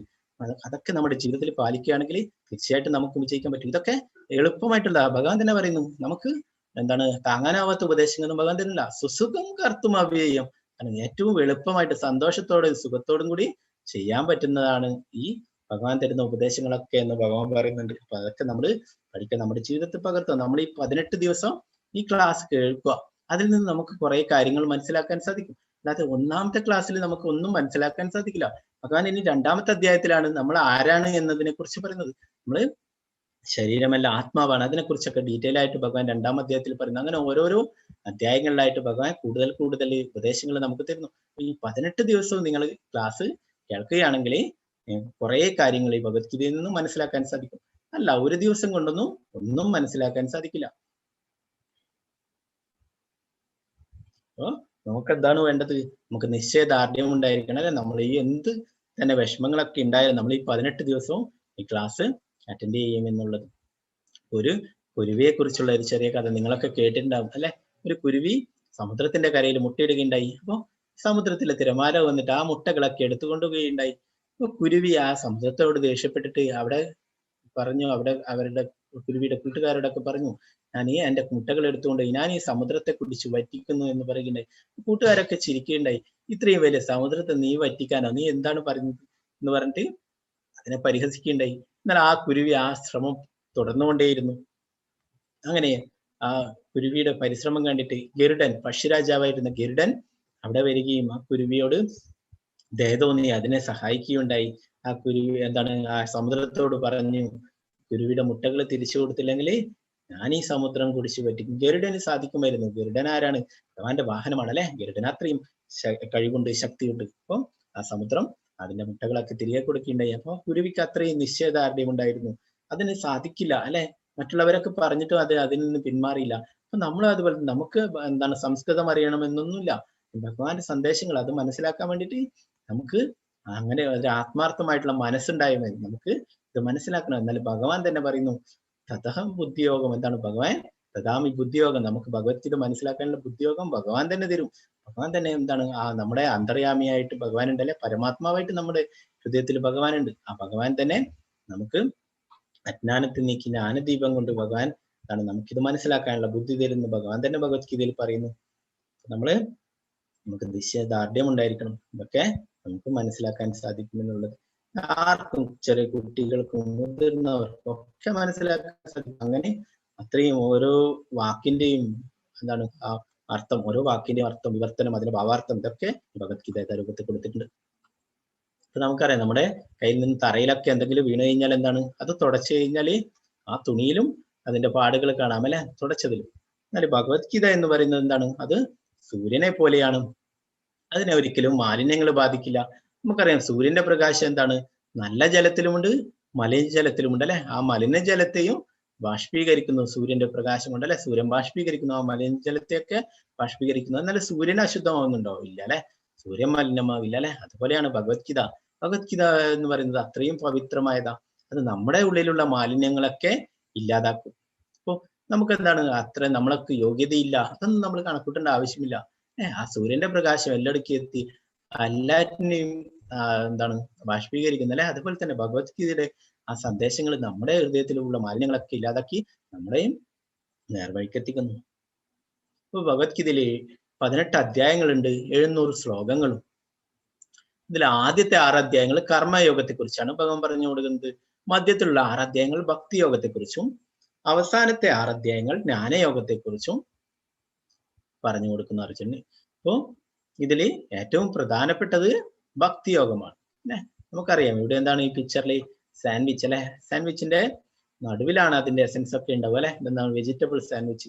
അതിന്റെ നടുവില് അതിന്റെ എന്താണ് സത്തൊക്കെ ഉണ്ട് അല്ലെ. എസൻസ് ഒക്കെ അതിന്റെ നടുവിലാണ് ഉള്ളത് അല്ലെ. അപ്പൊ അതുപോലെ എന്താണ് ഒരു വില കൂടിയ മോതിരം ഒക്കെ അല്ലെ. ഇതൊക്കെ എങ്ങനെയാണ് വെൽവെറ്റിന്റെ ഒരു ബോക്സ് ഒക്കെ ഉണ്ടാക്കി അതിലൊക്കെയാണ് സൂക്ഷിക്കുക നടുവിലായിട്ട് അല്ലെ. അപ്പൊ അതുപോലെ എന്താണ് ഈ ഭഗവത്ഗീതയില് ഭക്തിയോഗം ഭഗവാൻ എന്താണ് ആ നടുവിലുള്ള 6 അധ്യായങ്ങളിലാണ് ഉൾപ്പെടുത്തിയിട്ടുള്ളത്. അപ്പൊ അതിലാണ് പ്രധാനപ്പെട്ട പല എന്താണ് രഹസ്യങ്ങളും ഭഗവാൻ പറഞ്ഞു തരുന്നത്. അപ്പൊ അതൊക്കെ നമ്മൾ പഠിക്കേണ്ടതായിട്ടുണ്ട്. അപ്പൊ നേരത്തെ പറഞ്ഞല്ലേ ഭഗവത്ഗീത സൂര്യനെ പോലെയാണ് അല്ലെ. അപ്പൊ അതിനെന്താണ് ആ ടോർച്ച് ലൈറ്റിന്റെ പ്രകാശം കൊണ്ടൊന്നും അതിനെ നിഷ്പ്രഭമാക്കാൻ സാധിക്കില്ല അല്ലെ. അപ്പൊ ഭഗവത്ഗീത ചർച്ച ചെയ്യുന്ന 5 വിഷയങ്ങളുണ്ട്. ഭഗവത്ഗീത 18 അധ്യായങ്ങളിലായിട്ട് ചർച്ച ചെയ്യുന്നത് 5 കാര്യങ്ങളാണ്. ഒന്നാമത് ആരാണ്? ഈശ്വരൻ അല്ലെ. ആരാണ് ഭഗവാൻ എന്നാണ് പരമോത്തമ പുരുഷൻ എന്ന കാര്യം ചർച്ച ചെയ്യുന്നു. പിന്നെ 2 ജീവാത്മാവ്, നമ്മളൊക്കെ ആരാണ് എന്നതിനെ കുറിച്ച് ചർച്ച ചെയ്യുന്നു. അത് നാളത്തെ അധ്യായത്തിൽ നമ്മൾ പഠിക്കും, ആരാണ് നമ്മൾ എന്നുള്ളത്. പിന്നെയോ ഭൗതിക പ്രകൃതിയെ കുറിച്ച് ചർച്ച ചെയ്യുന്നു. പിന്നെയോ കാലം അല്ലെ. ഭഗവാൻ പറയുന്നു എല്ലാം സംഹരിക്കുന്ന കാലവും ഞാനാകുന്നു എന്ന് പറയുന്നു. അപ്പൊ കാലം അതിനെ കുറിച്ച് പഠിക്കുന്നു. പിന്നെ കർമ്മം, 5-മതായിട്ട് കർമ്മം അല്ലെ, പ്രവൃത്തി. ഈ 5 കാര്യങ്ങളിലെയും 5-മത്തെ കാര്യം നമുക്ക് മാറ്റാൻ സാധിക്കും, മറ്റൊന്നും മാറ്റാൻ സാധിക്കില്ല. ഈശ്വരൻ, അത് ഈശ്വര പരമാകൃഷ്ണ സച്ചിദാനന്ദ വിഗ്രഹാന അതിരാതിർ ഗോവിന്ദ സർവകാരണകാരൻ. ബ്രഹ്മാവ് പറയുന്നു ഈശ്വരൻ കൃഷ്ണനാണ്, പരമദിവ്യോത്തമ പുരുഷൻ കൃഷ്ണനാണെന്നല്ലേ. അപ്പൊ അതിനൊന്നും മാറ്റാൻ പറ്റില്ല. ജീവാത്മാവ്, നമ്മളൊക്കെ ജീവാത്മാവാണ്. പ്രകൃതി, കാലം, കർമ്മം, അത് നമുക്ക് മാറ്റാൻ സാധിക്കും. നമ്മൾ ചെയ്യുന്നതാണത് അല്ലെ. കർമ്മം നമ്മൾ ചെയ്യുന്നത്, നമ്മൾ എന്ത് തരത്തിലുള്ള കർമ്മങ്ങൾ ചെയ്യുന്നോ അതിന്റെ ഫലങ്ങൾ നമ്മൾ അനുഭവിക്കുന്ന അല്ലെ.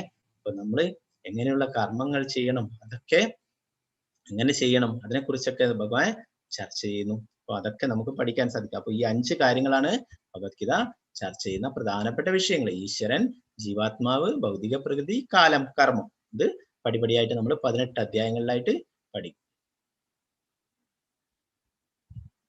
ഒന്നാമത്തെ അധ്യായം അർജുന വിഷാദയോഗമാണ്. അതിന്റെ മുന്നേ ആയിട്ട് ശങ്കരാചാര്യർ ആ ഭഗവത്ഗീതയുടെ മഹാത്മ്യത്തെ കുറിച്ച് പാടിയിട്ടുണ്ട്, പറഞ്ഞിരിക്കുന്നു അല്ലെ. ശങ്കരാചാര്യരെ നമുക്കൊക്കെ അറിയുന്നതായിരിക്കും അല്ലെ. ആ ശങ്കരാചാര്യര് ഗീതാ മഹാത്മ്യം പറഞ്ഞിട്ടുണ്ട്. അതിനെക്കുറിച്ച് നമുക്ക് നോക്കാം.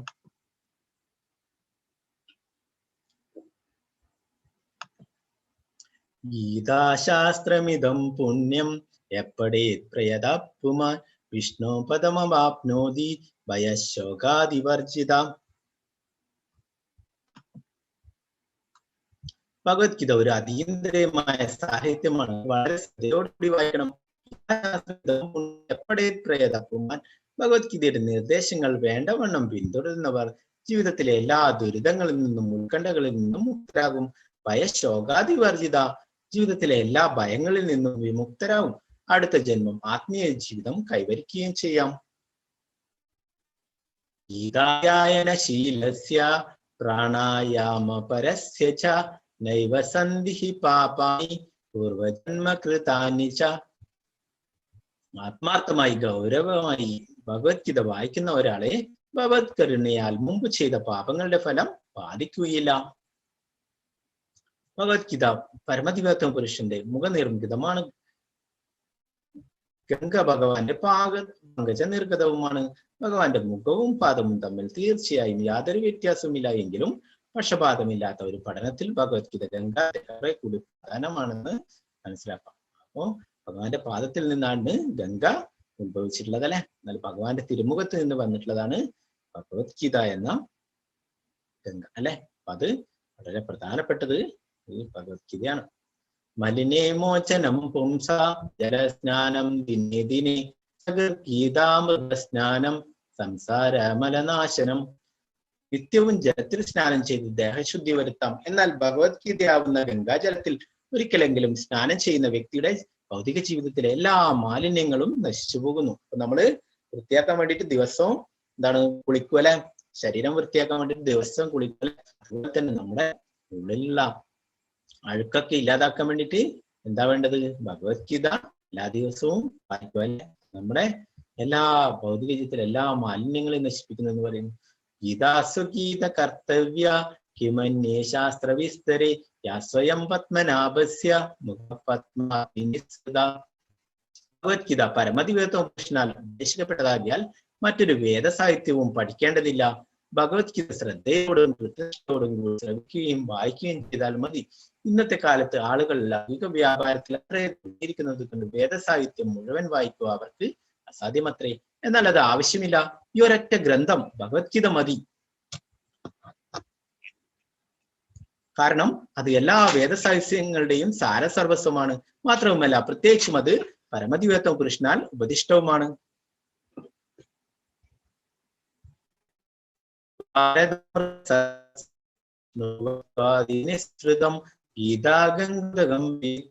പുനർജന്മന വിദ്യതേ. ഗംഗാജലം പാനം ചെയ്യുന്നവൻ മോക്ഷം പ്രാപിക്കുന്നു. ഭഗവത്ഗീതാമൃതം പാനം ചെയ്യുന്നവനെ കുറിച്ച് പിന്നെ എന്തു പറയാം? മഹാഭാരതത്തിൽ സാരാമൃതമത്രേ ഭഗവത്ഗീത. അതിവിഷ്ണുവായ ഭഗവാൻ കൃഷ്ണൻ സ്വയം ഉപദേശിച്ചതാണത്.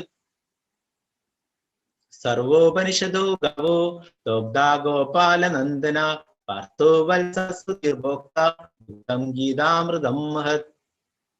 ഗീതോപനിഷത്ത്, ഭഗവത്ഗീത എല്ലാ ഉപനിഷത്തുകളുടെയും സാരമാണ്. എല്ലാ ഉപനിഷത്തുകളും ഒരു പശുവിനെ പോലെയാണ്. ഗോപകുമാരൻ എന്ന് പ്രശസ്തനായ ഭഗവാൻ കൃഷ്ണൻ ആ പശുവിനെ കറക്കുന്നു. അർജുനൻ ഒരു പശുക്കിടാവിനെ പോലെയാണ്. പണ്ഡിതന്മാരും പരമഭക്തരും അമൃതതുല്യ ദുഗ്ധമായ ഭഗവത്ഗീത പാനം ചെയ്യുന്നു. അപ്പൊ നമ്മളൊക്കെ ആ ഭഗവത്ഗീതയാവുന്ന അമൃത് പാനം ചെയ്യുകയാണല്ലേ. ഏകം ശാസ്ത്രം ദേവകീ പുത്ര ഗീതം ഏകോ ദേവോ ദേവകീ പുത്ര ഏവ ഏകോ മന്ത്രസ്തസ്യ നാമാനി യാനി കർമാപേക്യം തസ്യ ദേവസ്യ സേവ. ഇക്കാലത്ത് ജനങ്ങൾ ഒരേ ഒരു ധർമ്മഗ്രന്ഥത്തെയും ഒരേ ഒരു ഈശ്വരനെയും ഒരേ ഒരു മതത്തെയും ഒരേ ഒരു പ്രവൃത്തിയും മാത്രം സ്വീകരിക്കുവാൻ ഉത്സുകരാണ്. ആകയാൽ ഏകം ശാസ്ത്രം ദേവകീ പുത്രഗീതം, ഒറ്റ ഗ്രന്ഥം മാത്രം ഉണ്ടായിരിക്കട്ടെ. ലോകത്തിന് പൊതുവായ ഏക ധർമ്മഗ്രന്ഥം ഭഗവത്ഗീത. ഏകോ ദേവോ ദേവകീ പുത്ര ഏവ, സമസ്ത വിശ്വത്തിനും ഒരേ ഒരു ഈശ്വരൻ മാത്രം. ഏകോ മന്ത്രസ്തസ്യ നാമാനിയാനി, ഒരേ മന്ത്രം, ഒരേ പ്രാർത്ഥന, തിരുനാമ സങ്കീർത്തനം. ഹരേ കൃഷ്ണ കൃഷ്ണ കൃഷ്ണ ഹരേ ഹരേ, ഹരേ രാമ രാമ രാമ ഹരേ ഹരേ എന്ന ആ മന്ത്രം. കർമാപ്യക്യം തസ്യ ദേവസ്യ സേവ, ഒരൊറ്റ പ്രവൃത്തി മാത്രം ഉണ്ടായിരിക്കട്ടെ, പരമദിവ്യത്വം പുരുഷന്റെ സേവനം. ഓ ശങ്കരാചാര്യർ പറയുന്നു അല്ലെ, ഏകം ശാസ്ത്രം ദേവകീ പുത്രം, ഒരേ ഒരു ശാസ്ത്രം മാത്രമേ നമ്മൾ ഈ കലിയുഗത്തില് പഠിക്കേണ്ടതുള്ളൂ. അതെന്താണ്? ഭഗവത്ഗീത അല്ലെ. അതിലുണ്ട്. ആ ശാസ്ത്രങ്ങളും പറഞ്ഞിരിക്കുന്ന കാര്യങ്ങളൊക്കെ ഭഗവത്ഗീതയിലുണ്ട്. ഒന്നാമത്തെ ശ്ലോകം. ധൃതരാഷ്ട്ര ഉവാച ധർമ്മക്ഷേത്രേ കുരുക്ഷേത്രേ സംവേദായുത്സവ മാമകാപാണ്ഡശൈവ കിമകുർവത സഞ്ജയ. ആദ്യത്തെ ചോദ്യം ധൃതരാഷ്ട്ര ചോദിക്കുന്നതാണ് സഞ്ജയനോട് അല്ലെ. നമുക്കറിയാം ധൃതരാഷ്ട്ര അന്തരനാണ് അല്ലെ. ധൃതരാഷ്ട്രക്ക് കണ്ണു കാണാൻ വയ്യ. അപ്പോ അദ്ദേഹം ആയിട്ടുള്ള അർജുനനോട് ചോദിക്കുന്നു, എന്താണ് ഹേ സഞ്ജയ, പുണ്യസ്ഥലമായ കുരുക്ഷേത്രത്തിൽ യുദ്ധോത്സുകരായി ഒന്നിച്ചുകൂടിയ എന്റെ മക്കളും പാണ്ഡുപുത്രരും എന്തു ചെയ്തു? ഇവിടെ എന്താണ് കുരു വംശം എന്ന് പറഞ്ഞു കഴിഞ്ഞാൽ എന്താണ്? കൗരവരും പാണ്ഡവരും ഒക്കെയുള്ളതാ വംശത്തിനാണ് കുരുവംശം എന്ന് പറയുന്നത് അല്ലെ. അപ്പൊ ഇവിടെ എന്താണ് ആ വംശപാരമ്പര്യം പോലും ഇല്ലാത്ത രീതിയിലാണ് ചോദിക്കുന്നത്. എന്റെ മക്കളും പാണ്ഡുപുത്രരും. അപ്പൊ എന്റെ മക്കൾ എന്ന് പറയുന്നത് അല്ലെ, സാർത്ഥമായിട്ട് പറയുന്നത് എന്റെ മക്കള്, പിന്നെയോ പാണ്ഡുപുത്രരും. നമുക്കറിയാം പാണ്ഡു മരിച്ചപ്പോഴേ എന്താണ് ആ പുത്രന്മാരെ സംരക്ഷിക്കേണ്ടത് എന്താണ്? ധൃതരാഷ്ട്രയുടെ കടമയാണ് അല്ലെ. എന്താണ് ആ രാജ്യം ധൃതരാഷ്ട്രക്ക് കൊടുക്കേണ്ട ഈ പാണ്ഡുവിന്റെ മക്കള് അത്ര പ്രായപൂർത്തിയാവാത്ത എന്താണ് അത്ര ഇതാവാത്ത യോഗ്യതയാവാത്തത് കൊണ്ട് രാജ്യഭരണം ധൃതരാഷ്ട്രം ഏൽപ്പിക്കുകയുണ്ടായത് അല്ലെ. അപ്പോഴെന്താണ് ആ പാണ്ഡുവിന്റെ പുത്രന്മാരെയും സ്വന്തം മക്കളായിട്ട് കരുതണം അല്ലെ. എന്നാൽ ഇവിടെ വേർതിരിവ് കാണിക്കുകയാണ് ഉണ്ടായത് അല്ലെ. അപ്പോ ധൃതരാഷ്ട്രയുടെ ഭയപ്പെടുന്നു. എന്താണ്? പുണ്യസ്ഥലമായ കുരുക്ഷേത്രം അല്ലെ. കുരുക്ഷേത്രം എന്ന് പറയുന്നത് ധർമ്മക്ഷേത്രമാണ്. അവിടെ ധർമ്മത്തിനാണ് വിജയം അല്ലെ. ആരുടെ ഭാഗത്താണ് ധർമ്മം? നമുക്കറിയാം പാണ്ഡവരുടെ ഭാഗത്താണ് ധർമ്മം അല്ലെ. അതുകൊണ്ട് തന്നെ ധൃതരാഷ്ട്രം ഭയപ്പെടുന്നു. പിന്നെന്താണ്? അവര് അധർമ്മത്തിന്റെ പക്ഷത്താണ് അല്ലെ. അതറിയാം. പുത്രന്മാരോടുള്ള അമിത വാത്സല്യം മൂലം എന്താണ് ആ ധൃതരാഷ്ട്ര എന്താണ് ബാഹ്യമായിട്ട് അന്ധനാണ് അല്ലെ. അതുപോലെ തന്നെ അദ്ദേഹം ആന്തരികമായിട്ടും അന്ധനായിരുന്നു. അതുകൊണ്ടാണ് എന്താണ് ആ വിതുരർക്ക് കുറെ ഉപദേശങ്ങൾ നൽകിയിട്ടുണ്ടായി. അതൊന്നും സ്വീകരിക്കാൻ തയ്യാറായിരുന്നില്ല. കാരണം പറയുന്നുണ്ട്, നമുക്കറിയാം പാലല്ലേ, പാല് നമ്മള് തിളപ്പിക്കുക ചെയ്യേ, എന്നിട്ട് അതില് എന്തെങ്കിലും ഒരു ലൈമൊക്കെ പിഴിഞ്ഞു കഴിഞ്ഞാൽ എന്തായി? അത് പിരിയും. അതില് വെള്ളം വേറെ സത്തുവായിട്ട് കാണാൻ സാധിക്കും അല്ലെ. അപ്പൊ അതിൽ നിന്ന് എന്താണ് ആ രസഗുള പോലുള്ള പലഹാരങ്ങളൊക്കെ ഉണ്ടാക്കാം അല്ലെ.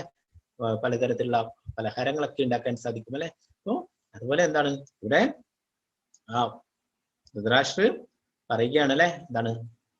മാമക പാണ്ഡവ വേർതിരിവ് കാണിക്കുന്ന അല്ലെ. ഹിമകുർവത എന്താണ് ആ ധർമ്മക്ഷേത്രമാണ് കുരുക്ഷേത്രത്തിൽ എന്റെ മക്കളും പാണ്ഡുവിന്റെ പുത്രന്മാരും എന്ത് ചെയ്തു എന്ന് ചോദിക്കുന്ന അല്ലെ. അപ്പൊ ഇവിടെ എന്താണ് ആ ധൃതരാഷ്ട്രർ ഭയപ്പെടുന്നു. എന്താണ് കാര്യം?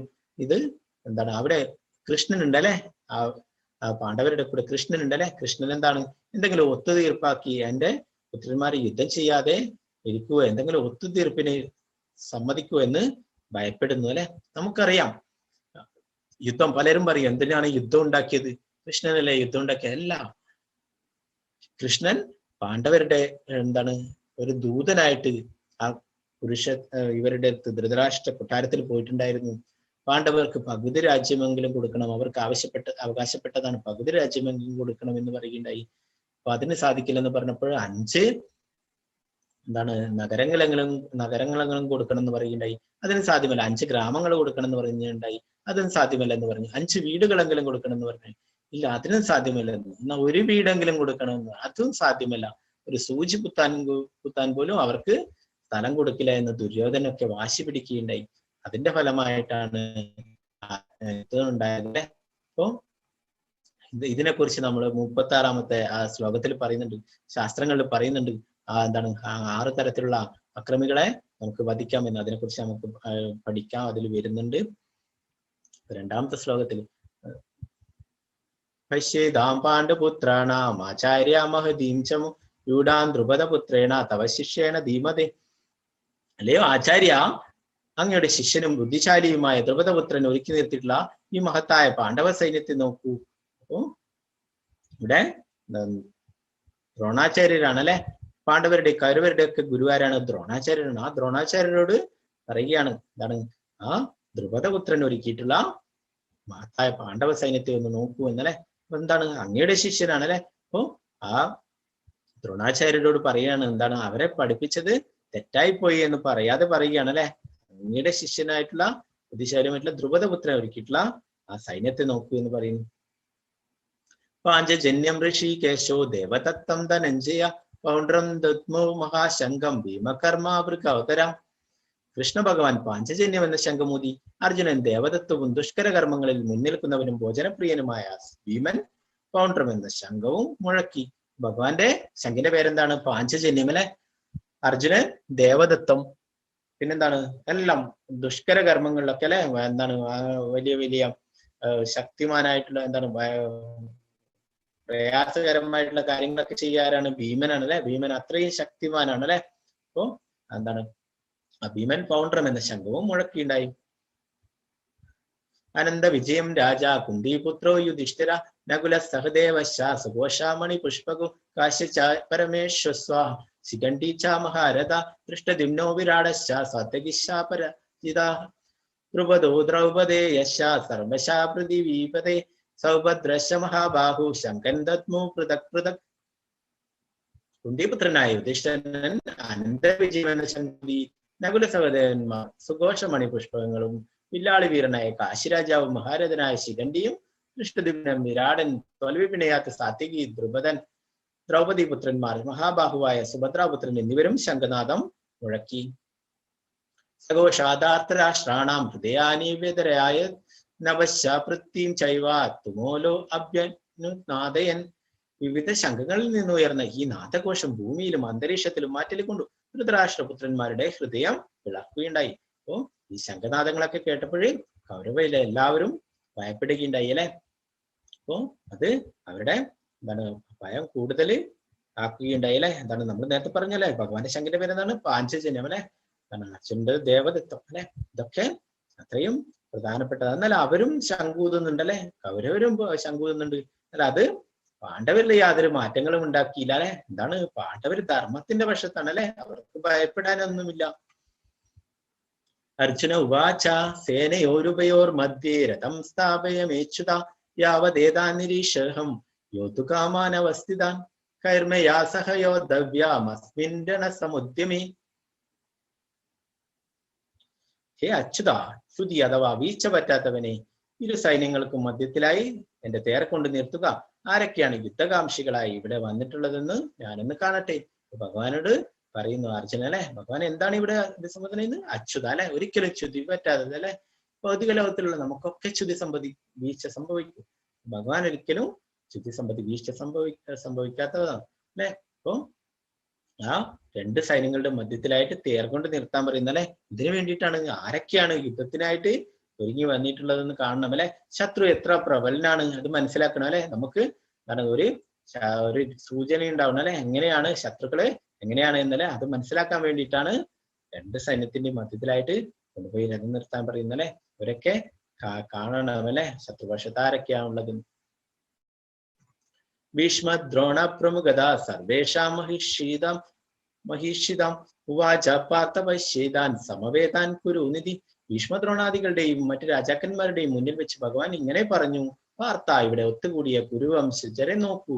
ഭഗവാൻ ആദ്യമായിട്ട് പറയുന്ന വാക്കെന്താണ്? പാർത്ഥ, ഇവിടെ ഒത്തുകൂടിയ കുരുവംശജരെ നോക്കൂ. ഈ ഒരു വാക്ക് മാത്രമേ ഭഗവാൻ ഈ അധ്യായത്തിൽ പറയുന്നുള്ളൂ. ഇനി രണ്ടാം അധ്യായത്തില് ആണ് പിന്നീട് ഭഗവാൻ ഇനി ഉപദേശങ്ങൾ നൽകുന്നത്. ഇവിടെ ഇത്ര മാത്രം പറഞ്ഞിട്ട് ഭഗവാൻ നിർത്തുന്നു. എല്ലാം കേൾക്കുകയാണ് ഭഗവാൻ. അർജുനന്റെ പറയുന്നതൊക്കെ കേൾക്കുകയാണ് ചെയ്യുന്നത്. അപ്പൊ നമുക്ക് പറഞ്ഞു തരുന്ന നമ്മള് എന്താ ചെയ്യേണ്ടത്? നമ്മൾ പറയുന്നതിലും കൂടുതൽ നമ്മൾ മറ്റുള്ളവരിൽ നിന്നൊക്കെ കേൾക്കുകയാണ് വേണ്ടത്. ശരീരേ മേ രോമഹർഷ ജായതേ ഗാണ്ഡീവം സംസദേ ഹസ്താത് ത്വക്ചൈവ പരിദഹ്യതേ. എന്റെ ശരീരം വിറക്കുകയും രോമാഞ്ചമുണ്ടാവുകയും ചെയ്യുന്നു. എന്റെ വില്ല് ഗാണ്ഡീവം കയ്യിൽ നിന്ന് വഴുതുന്നു, തൊലി ചുട്ടു നീറുന്നു. അപ്പൊ അർജുനനെ എന്താണ് കൗരവ സൈന്യത്തെ ഒക്കെ കണ്ടപ്പോഴേ എന്താണ് ഇങ്ങനെയുള്ള കാര്യങ്ങളൊക്കെ ഉണ്ടായി. ശരീരം വിറക്കുന്നു, പിന്നെന്താണ് വില്ല് ഗാണ്ഡീവം കയ്യിൽ നിന്ന് വഴുതുന്നു, തൊലി ചുട്ടു നീറുന്നു. നജ ശക്നോമ്യവസ്ഥാതും പ്രമതീവ ച മേ മന നിമിത്താനി ച പശ്യാമി വിപരീതാനി കേശവ. എനിക്കിപ്പോൾ ഉറച്ചു നിൽക്കാൻ കൂടി സാധിക്കുന്നില്ല. ഞാൻ എന്നെ തന്നെ മറന്നുപോകുന്നു, മനസ്സ് ചുറ്റിക്കറങ്ങുന്നു. അല്ലയോ കൃഷ്ണ, കേശവ, ദൗർഭാഗ്യ ലക്ഷണങ്ങളാണ് ഞാൻ എമ്പാടും കാണുന്നത്. ഇപ്പൊ ഭഗവാൻ ഇവിടെ കേശവ എന്ന് വിളിക്കുന്നു അല്ലെ. കാരണം കേശി എന്ന അസുരനെ വധിച്ചത് കൊണ്ട് ഭഗവാൻ കേശവൻ എന്ന് വിളിക്കുന്നു. നമുക്കറിയാം, വൃന്ദാവനത്തിൽ പോയി കഴിഞ്ഞാൽ എവിടെ സ്ഥലമുണ്ട്, കേശി എന്ന് പറഞ്ഞു, കേശി എന്ന അസുരനെ വധിച്ച സ്ഥലം. ഇവിടെ അർജുന് വിഷാദം ഉണ്ടായി അല്ലെ. ആ വിഷാദത്തിനുള്ള 5 കാരണങ്ങൾ പറയുന്നു. ഒന്നാമതായിട്ട് മൃദുല ഹൃദയത്വം, രണ്ടാമതായിട്ട് ഭൗതിക സുഖാനുഭവങ്ങൾ എങ്ങനെ അനുഭവിക്കും എന്നുള്ളത്, പിന്നെ മൂന്നാമതായിട്ട് പാപം, എന്താണ് പാപം അനുഭവിക്കേണ്ടി വരും എന്നുള്ളത്, പിന്നെ കുടുംബ പാരമ്പര്യം നഷ്ടപ്പെട്ടു പോകും എന്നുള്ളത്, പിന്നെന്താണ് തീരുമാനമെടുക്കാനാവാത്ത അവസ്ഥ, അത് യുദ്ധം ചെയ്യണോ ചെയ്യണ്ടേ എന്നുള്ള തീരുമാനമെടുക്കാനാവാത്ത അവസ്ഥ അല്ലെ. അത് അടുത്ത 2-ാമത്തെ അധ്യായത്തിൽ 6-ാമത്തെ ശ്ലോകത്തിലാണ് പറയുന്നത്. എങ്കിൽ നമ്മൾ ഈ അധ്യായത്തിൽ അതിനെ കുറിച്ചും പറയും.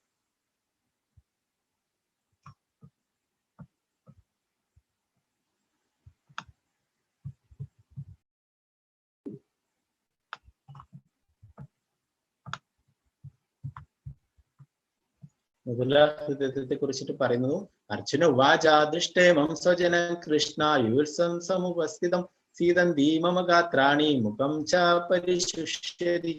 അർജുനൻ പറഞ്ഞു, യുദ്ധത്തിനൊരുങ്ങി വന്നിട്ടുള്ള ഈ ബന്ധുമിത്രാദികളെ കണ്ടിട്ട് എന്റെ അവയവങ്ങൾ തളരുന്നു, മുഖം വരളുന്നു. അപ്പൊ അർജുനെ അവരോടൊക്കെ ദയ തോന്നുന്നല്ലേ, അവരോടൊക്കെ മുതല ഹൃദയത്വം ഉണ്ടാവുന്നു അല്ലെ. നമുക്കറിയാം, നമുക്ക് എന്താണ് ആരെങ്കിലൊക്കെ നമ്മൾ സഹായത്തിനൊക്കെ ചോദിക്കുമ്പോൾ നമുക്ക് അവരോട് ദയ ഉണ്ടാവും അല്ലെ, നമ്മൾ അവരെ സഹായിക്കും. ഭൗതിക സുഖാനുഭവങ്ങളെ കുറിച്ച് 31-ാമത് ശ്ലോകത്തിൽ പറഞ്ഞു. നജ ശ്രേയോനു പശ്യാമി ഹത്വാ സ്വജനമാവഹേ നകാംക്ഷേ വിജയം കൃഷ്ണ നചാരാജ്യം സുഖാനിച്ച. ബന്ധുക്കളെ യുദ്ധത്തിൽ കൊല്ലുന്നത് കൊണ്ട് എങ്ങനെ എന്ത് ഗുണമുണ്ടാവുമെന്ന് എനിക്ക് മനസ്സിലാവുന്നില്ല കൃഷ്ണ. എനിക്ക് വിജയം ആവശ്യമില്ല, രാജ്യമാവട്ടെ സുഖമാവട്ടെ എനിക്ക് വേണ്ട. അപ്പോ നമുക്കറിയാം, നമുക്ക് എന്തെങ്കിലും സന്തോഷമൊക്കെ ഉണ്ടാകുമ്പോൾ നമ്മൾ ആരുടെ കൂടെയാണ് ആഘോഷിക്കുക? നമ്മുടെ ബന്ധുക്കളുടെയും സുഹൃത്തുക്കളുടെയും ഒക്കെ കൂടെയാണ് അത് ആഘോഷിക്കുക അല്ലെ. നമുക്ക് എന്താണ്, അർജുനന് ഈ രാജ്യം അവരെയൊക്കെ കൊന്നിട്ട് ഈ രാജ്യം കിട്ടിക്കഴിഞ്ഞിട്ടാകുമ്പോൾ എങ്ങനെയാണ് ആ സുഹൃത്തുക്കളും ബന്ധുക്കളൊന്നും ഇല്ലാതെ ഈ വിജയം ആഘോഷിക്കുക അല്ലെ. അപ്പോ അത് വേണ്ട എന്ന് പറയുന്നത് അല്ലെ. ആ എന്താണ്, രാജ്യം വേണ്ട, സുഖവും എനിക്ക് വേണ്ട എന്ന് പറയുന്നു. പാപം ഉണ്ടാവില്ലേന്ന്. പാപമേവാശ്രയേ ദസ്മാൻ തസ്മാൻ അർഹവയം ഹന്തും ധാർത്തരാഷ്ട്രാൻ സബാന്ധവൻ. അക്രമികളായ ഇവരെ കൊന്നാൽ ഞങ്ങൾക്ക് പാപമായിരിക്കും നേട്ടം. ധൃതരാഷ്ട്രപുത്രന്മാരെയും സുഹൃത്തുക്കളെയും ഹിംസിക്കുക എന്നത് നമ്മൾക്ക് ഉചിതമല്ല. അല്ലയോ മാധവ, സ്വന്തം ബന്ധുക്കളെ കൊന്നിട്ട് എന്ത് നേടാനാണ്? ഞങ്ങൾക്ക് എങ്ങനെ സുഖിക്കാൻ കഴിയും? ഓ, ഇവിടെ പറയുന്നു അവരൊക്കെ കൊന്നു കഴിഞ്ഞാൽ പാപം ഉണ്ടാവില്ല എന്നല്ലേ. ആരൊക്കെയാണല്ലോ? ഭീഷ്മ പിതാമഹനുണ്ടല്ലേ, ദ്രോണാചാര്യ ഗുരുവുണ്ട്, അങ്ങനെ എല്ലാവരും വേണ്ടപ്പെട്ടവരല്ലേ. മറ്റുള്ളവരൊക്കെ ആരാണ്? കസിനാണല്ലേ, ഇവരൊക്കെ സഹോദരങ്ങളാണ്, സുഹൃത്തുക്കളാണല്ലേ. ഇവരൊക്കെ എങ്ങനെയാണ് കൊല്ലുക? കൊന്നിട്ടാകുമ്പോ പാപം ഉണ്ടാവില്ലേ എന്ന് പറയുന്നു. അപ്പോ നമ്മുടെ ശാസ്ത്രങ്ങളിൽ പറഞ്ഞിരിക്കുന്നു, വൈദിക പ്രമാണങ്ങൾ അനുസരിച്ച് അക്രമികളായ 6 കൂട്ടരെ വധിക്കാമെന്ന് പറയുന്നു. ആരൊക്കെയാണത്? 1 വിഷം കൊടുക്കുന്നവൻ, 2 വീട് തീ വയ്ക്കുന്നവൻ, 3 മാരകായുധങ്ങൾ കൊണ്ട് ആക്രമിക്കുന്നവൻ, 4 സ്വത്ത് കൊള്ളയടിക്കുന്നവൻ, 5 ഭൂമി കയ്യേറുന്നവൻ, 6 അന്യന്റെ ഭാര്യയെ അപഹരിക്കുന്നവൻ. അത്തരം അക്രമികളെ ഉടനെ വധിക്കണം, അതുകൊണ്ട് പാപമില്ല അല്ലെ. അപ്പോ എന്താണ്, ഇത്തരം കാര്യങ്ങൾ ചെയ്യുന്ന ആളെ വധിക്കണം, അതുകൊണ്ട് പാപമില്ല എന്ന് നമ്മുടെ ശാസ്ത്രങ്ങളിൽ പറഞ്ഞിരിക്കുന്നു. നമുക്കറിയാം, ശ്രീരാമചന്ദ്ര ഭഗവാൻ അല്ലെ സീതാദേവിയെ കട്ടുകൊണ്ടുകയുണ്ടായി അല്ലെ. രാവണനെ വധിക്കുകയുണ്ടായി അല്ലെ. പിന്നെ നമുക്കറിയാം, ഈ പറഞ്ഞിരിക്കുന്ന 6 കാര്യങ്ങളും കൗരവര് ചെയ്തിട്ടുണ്ടായിരുന്നു, പാണ്ഡവരോട് ചെയ്തിട്ടുണ്ടായിരുന്നു. അവരെന്താണ്, ആ ഭീമന് വിഷം കൊടുത്തിട്ടുണ്ടായിരുന്നു, എന്താണ് ആ വീടിന് തീ വെച്ചിട്ടുണ്ടായിരുന്നു അല്ലെ. പിന്നെയോ മാരകായുധങ്ങളെ കൊണ്ടൊക്കെ ആക്രമിച്ചിട്ടുണ്ടായിരുന്നു. എന്താണ്, ആ ചൂത് കളിച്ചിട്ട് എന്താണ് ആ സമ്പത്തൊക്കെ തട്ടിയെടുക്കുകയുണ്ടായിരുന്നു അല്ലെ. കള്ളച്ചൂത് കളിച്ചിട്ട് ആ സമ്പത്തൊക്കെ കൊള്ളയടിക്കുകയുണ്ടായി. എന്താണ്, അവർക്ക് അവകാശപ്പെട്ട, പാണ്ഡവർക്ക് അവകാശപ്പെട്ട ആ രാജ്യം, ഭൂമി കയ്യേറുകയുണ്ടായി അല്ലെ, അത് സ്വന്തമാക്കുകയുണ്ടായി അല്ലെ. പിന്നെ അന്യന്റെ ഭാര്യ അപഹരിക്കുന്നവ അല്ലെ, ആ ദ്രൗപദിയെ വസ്ത്രാക്ഷേപം ചെയ്ത് അപമാനിക്കുകയുണ്ടായി അല്ലെ. അവരെ നമുക്ക് ഇതൊക്കെ ചെയ്തിട്ടുണ്ട് അല്ലെ. രാഷ്ട്രപുത്രന്മാര് അവരിതൊക്കെ ചെയ്തിട്ടുണ്ട് അല്ലെ, കൗരവര് ഇതൊക്കെ ചെയ്തിട്ടുണ്ടാവും. അതുകൊണ്ട് അവരെ വധിക്കാൻ എന്തുകൊണ്ടും വധിക്കുക തന്നെ ചെയ്യണം അല്ലെ. അതുകൊണ്ട് പാപമില്ല എന്ന് ശാസ്ത്രങ്ങളിൽ പറഞ്ഞിരിക്കുന്നു. കുടുംബ പാരമ്പര്യം. അധർമാഭിഭവാത് കൃഷ്ണ പ്രത്യുഷ്യന്തി കുലസ്ത്രീയ സ്ത്രീഷു ദുഷ്ടാസ്നേയ ജായതേ വർണ്ണ സങ്കര. അല്ലയോ കൃഷ്ണ, കുലത്തിൽ അധർമ്മം മുന്നിട്ട് നിന്നാൽ സ്ത്രീകൾ ദുഷിച്ചു പോകും. അല്ലയോ വൃഷ്ണികുലത്തിൽ പിറന്നവനെ സ്ത്രീത്വം ദുഷിച്ചാൽ ആർക്കും വേണ്ടാത്ത കുട്ടികൾ ജനിക്കുന്നു. നമുക്കറിയാം, കുരുക്ഷേത്ര യുദ്ധഭൂമിയിൽ സ്ത്രീകളോ കുട്ടികളോ പങ്കെടുക്കുന്നില്ല അല്ലെ. ആരാണ്? പുരുഷന്മാരാണല്ലേ. അവർക്കൊക്കെ കുടുംബമുണ്ട്, ഭാര്യമാരുണ്ടല്ലേ. അവരൊക്കെ എന്താണ്, ആ പുരുഷന്മാർ വധിക്കപ്പെട്ടു കഴിഞ്ഞാല് ആ സ്ത്രീകളൊക്കെ അനാഥരായി പോകും അല്ലെ. അങ്ങനെ എന്താണ്, ആ കുടുംബ പാരമ്പര്യം ഇല്ലാതാവും അല്ലെ. അവരൊക്കെ എന്താണ്, ദുഷിച്ചു പോകും എന്നാണ് പറയുന്നത്. തീരുമാനമെടുക്കാനാവാത്ത അവസ്ഥയെ കുറിച്ച് പറയുന്നു. നചൈതദുത്മാ കദരന്നോ ഗിരിയോ യത്വാ ജേമായതി വാനജേയു യാനേവ ഹത്വാ നജിജീവിഷാമ പ്രമുഖോദാർത്ഥരാഷ്ട്ര. അവരെ ജയിക്കുന്നതോ അവരാൽ തോൽപ്പിക്കപ്പെടുന്നത് ഏതാണ് നല്ലതെന്ന് നമുക്ക് അറിഞ്ഞുകൂടാ. ധൃതരാഷ്ട്രപുത്രന്മാരെ കൊന്നിട്ട് നാം ജീവിച്ചിരുന്നിട്ട് എന്ത് കാര്യം? എങ്കിലും അവർ ഇപ്പോൾ യുദ്ധത്തിനായി നമ്മുടെ മുമ്പാകെ നിൽക്കുന്നു. അപ്പൊ യുദ്ധം ചെയ്യണോ വേണ്ടയോ എന്നൊരു തീരുമാനമെടുക്കാത്ത അവസ്ഥയുണ്ടായി അല്ലെ. ഇതാണ് 5 കാരണങ്ങൾ അല്ലെ. അപ്പോ നമുക്കറിയാം അല്ലെ, നമ്മുടെ ജീവിതത്തിലും പലപ്പോഴും ഒരു പ്രധാനപ്പെട്ട തീരുമാനങ്ങളൊക്കെ എടുക്കാൻ നമുക്കും വിഷമമുണ്ടാവും അല്ലെ. ചെയ്യണോ ചെയ്യണ്ടേ എന്നൊക്കെ അല്ലെ. അപ്പൊ നമ്മൾ ഭഗവാന്റെ ഉപദേശങ്ങളൊക്കെ കേട്ടിട്ട് അത് അനുസരിച്ചിട്ട് പ്രവർത്തിക്കുകയാണെങ്കിൽ നമുക്ക് വിജയമുണ്ടാവും. ഒരേ സാഹചര്യത്തിലുള്ള വ്യത്യസ്തമായ പ്രതികരണങ്ങൾ നിങ്ങൾക്ക് ഇവിടെ കാണാം. ഓരോരാളുടെയും ഭാവങ്ങൾ അല്ലെ. ആ ധൃതരാഷ്ട്രക്ക് എന്താണ് ആകാംക്ഷയാണ് അല്ലെ. എന്റെ മക്കള് യുദ്ധം ചെയ്യില്ലേ, ഒത്തുതീർപ്പ് അങ്ങനെ ആക്കിയിട്ട് യുദ്ധം ഇല്ലാതാക്കി കളയോ, പാണ്ഡവർക്ക് പകുതി രാജ്യം കൊടുത്താളയോ, അതൊക്കെ ഭയപ്പെടുന്നല്ലേ. എന്താണ് അർജുനൻ എന്താണ് വിഷാദമുണ്ടായി അല്ലെ. എന്റെ സുഹൃത്തുക്കളെയും ഗുരുജനങ്ങളെയും പിതാമഹന്മാരെയും അവരൊക്കെ എങ്ങനെ വധിക്കും എന്ന് പറഞ്ഞിട്ട് തളർന്ന് വിഷാദവാനായിരുന്നു അല്ലെ. ദുര്യോധനെ കാണാം അല്ലെ. ദുര്യോധനൻ എന്താണ് ആ ക്രോധം അല്ലെ. അവരൊക്കെ എന്താണ് ആ പാണ്ഡവരൊക്കെ നശിപ്പിക്കണം എന്നുള്ള ആ ക്രോധമായിരുന്നു അല്ലെ. എന്താണ് ആ ഭയം അവരുടെയൊക്കെ ആ പാണ്ഡവരൊക്കെ കണ്ടിട്ടല്ലേ, അവരൊക്കെ കണ്ടിട്ട് ഭയപ്പെടുന്നു. അഹോപദഹത്പാപം കർത്തും വ്യവസിതാവയം യത്രാജ്യസുഖലോഭേന ഹന്തും സ്വജനമുദ്യതി. കഷ്ടം, എന്തൊരു മഹാപാപത്തിനാണ് നാം ഈ പുറപ്പെട്ടത്. രാജ്യം നേടി സുഖിക്കാൻ വേണ്ടി സ്വജനങ്ങളെ കൊല്ലുകയോ? യതി മാമപ്രതീകാരാമശസ്ത്രം ശസ്ത്രപാണയ ധാർത്തരാഷ്ട്രോരണേ ഹന്യു തന്മേ ക്ഷേമതരം ഭവേത്. ധാർത്തരാഷ്ട്രന്മാരോട് കൊല്ലുന്നതിൽ ഭേദം നിരായുധനായി പ്രതിരോധത്തിനൊരുങ്ങാതെ നിൽക്കുന്ന എന്നെ അവർ കൊല്ലട്ടെ എന്ന് വയ്ക്കുകയാണ്. സഞ്ജയ ഉവാച ഏവ മുക്താർജുന സംഖ്യേ രഥോപസ്ഥ ഭാവിശത് വിസൃജാസശരം ചാപം ശോകസംവിഘ്ന മാനസഃ. സഞ്ജയം പറഞ്ഞു, അർജുനൻ രണാങ്കണത്തിൽ വെച്ച് ഇത്രയും പറഞ്ഞിട്ട് വില്ലും ശരങ്ങളും താഴെയിട്ട് അത്യന്തം ദുഃഖിതനായി തേരിൽ ഇരിപ്പായി. അപ്പോ അർജുനൻ ഇതൊക്കെ പറഞ്ഞിട്ട് അവിടെ ഗാന്ധീവൊക്കെ താഴെ വെച്ചിട്ട് അവിടെ തളർന്നിരിക്കുകയാണ് അല്ലെ. അപ്പോ ഇത്രയുമാണ് ഈ അധ്യായത്തിലുള്ളത്. അദ്ദേഹത്തിലെ പ്രധാനപ്പെട്ട ശ്ലോകങ്ങളാണ് എടുത്തിട്ടുള്ളത്. കുറെ ശ്ലോകങ്ങളുണ്ട്, അതൊക്കെ നമ്മൾ സെക്കൻഡ് ലെവലില് എല്ലാം കംപ്ലീറ്റ് ആയിട്ട് എല്ലാ ശ്ലോകങ്ങളും എടുക്കും. എന്നിട്ട് തേർഡ് ലെവലിൽ ഡീറ്റെയിൽ ആയിട്ട് പഠിക്കും, ഫോർത്ത് ലെവലിലും ഒക്കെ ഡീറ്റെയിൽ ആയിട്ട് പഠിക്കും. അപ്പൊ ഇതില് ഒരു എന്താണ് ഒരു ആമുഖമായിട്ടുള്ള കാര്യങ്ങളാണ് അത് പറഞ്ഞിട്ടുള്ളത്. ബാക്കിയൊക്കെ നമുക്ക് പിന്നീടുള്ള ആ സെക്കൻഡ് ലെവലൊക്കെ കൂടുതൽ വിശദമായിട്ട് പഠിക്കാം. അപ്പോൾ നമുക്കറിയാം പാണ്ഡവരാണ് ആ കുരുക്ഷേത്ര യുദ്ധത്തില് വിജയിച്ചിട്ടുള്ളത് അല്ലെ. അപ്പൊ അതിനുള്ള 9 കാരണങ്ങൾ പറയുന്നു. എന്തൊക്കെയാണെന്ന് നോക്കാം. ഒന്ന്, അത് ധർമ്മക്ഷേത്രമായിരുന്നു അല്ലെ. പാണ്ഡവരുടെ ഭാഗത്തായിരുന്നു ധർമ്മം. പിന്നെ രണ്ടാമതായിട്ട് ദിവ്യമായിട്ടുള്ള രഥമായിരുന്നു.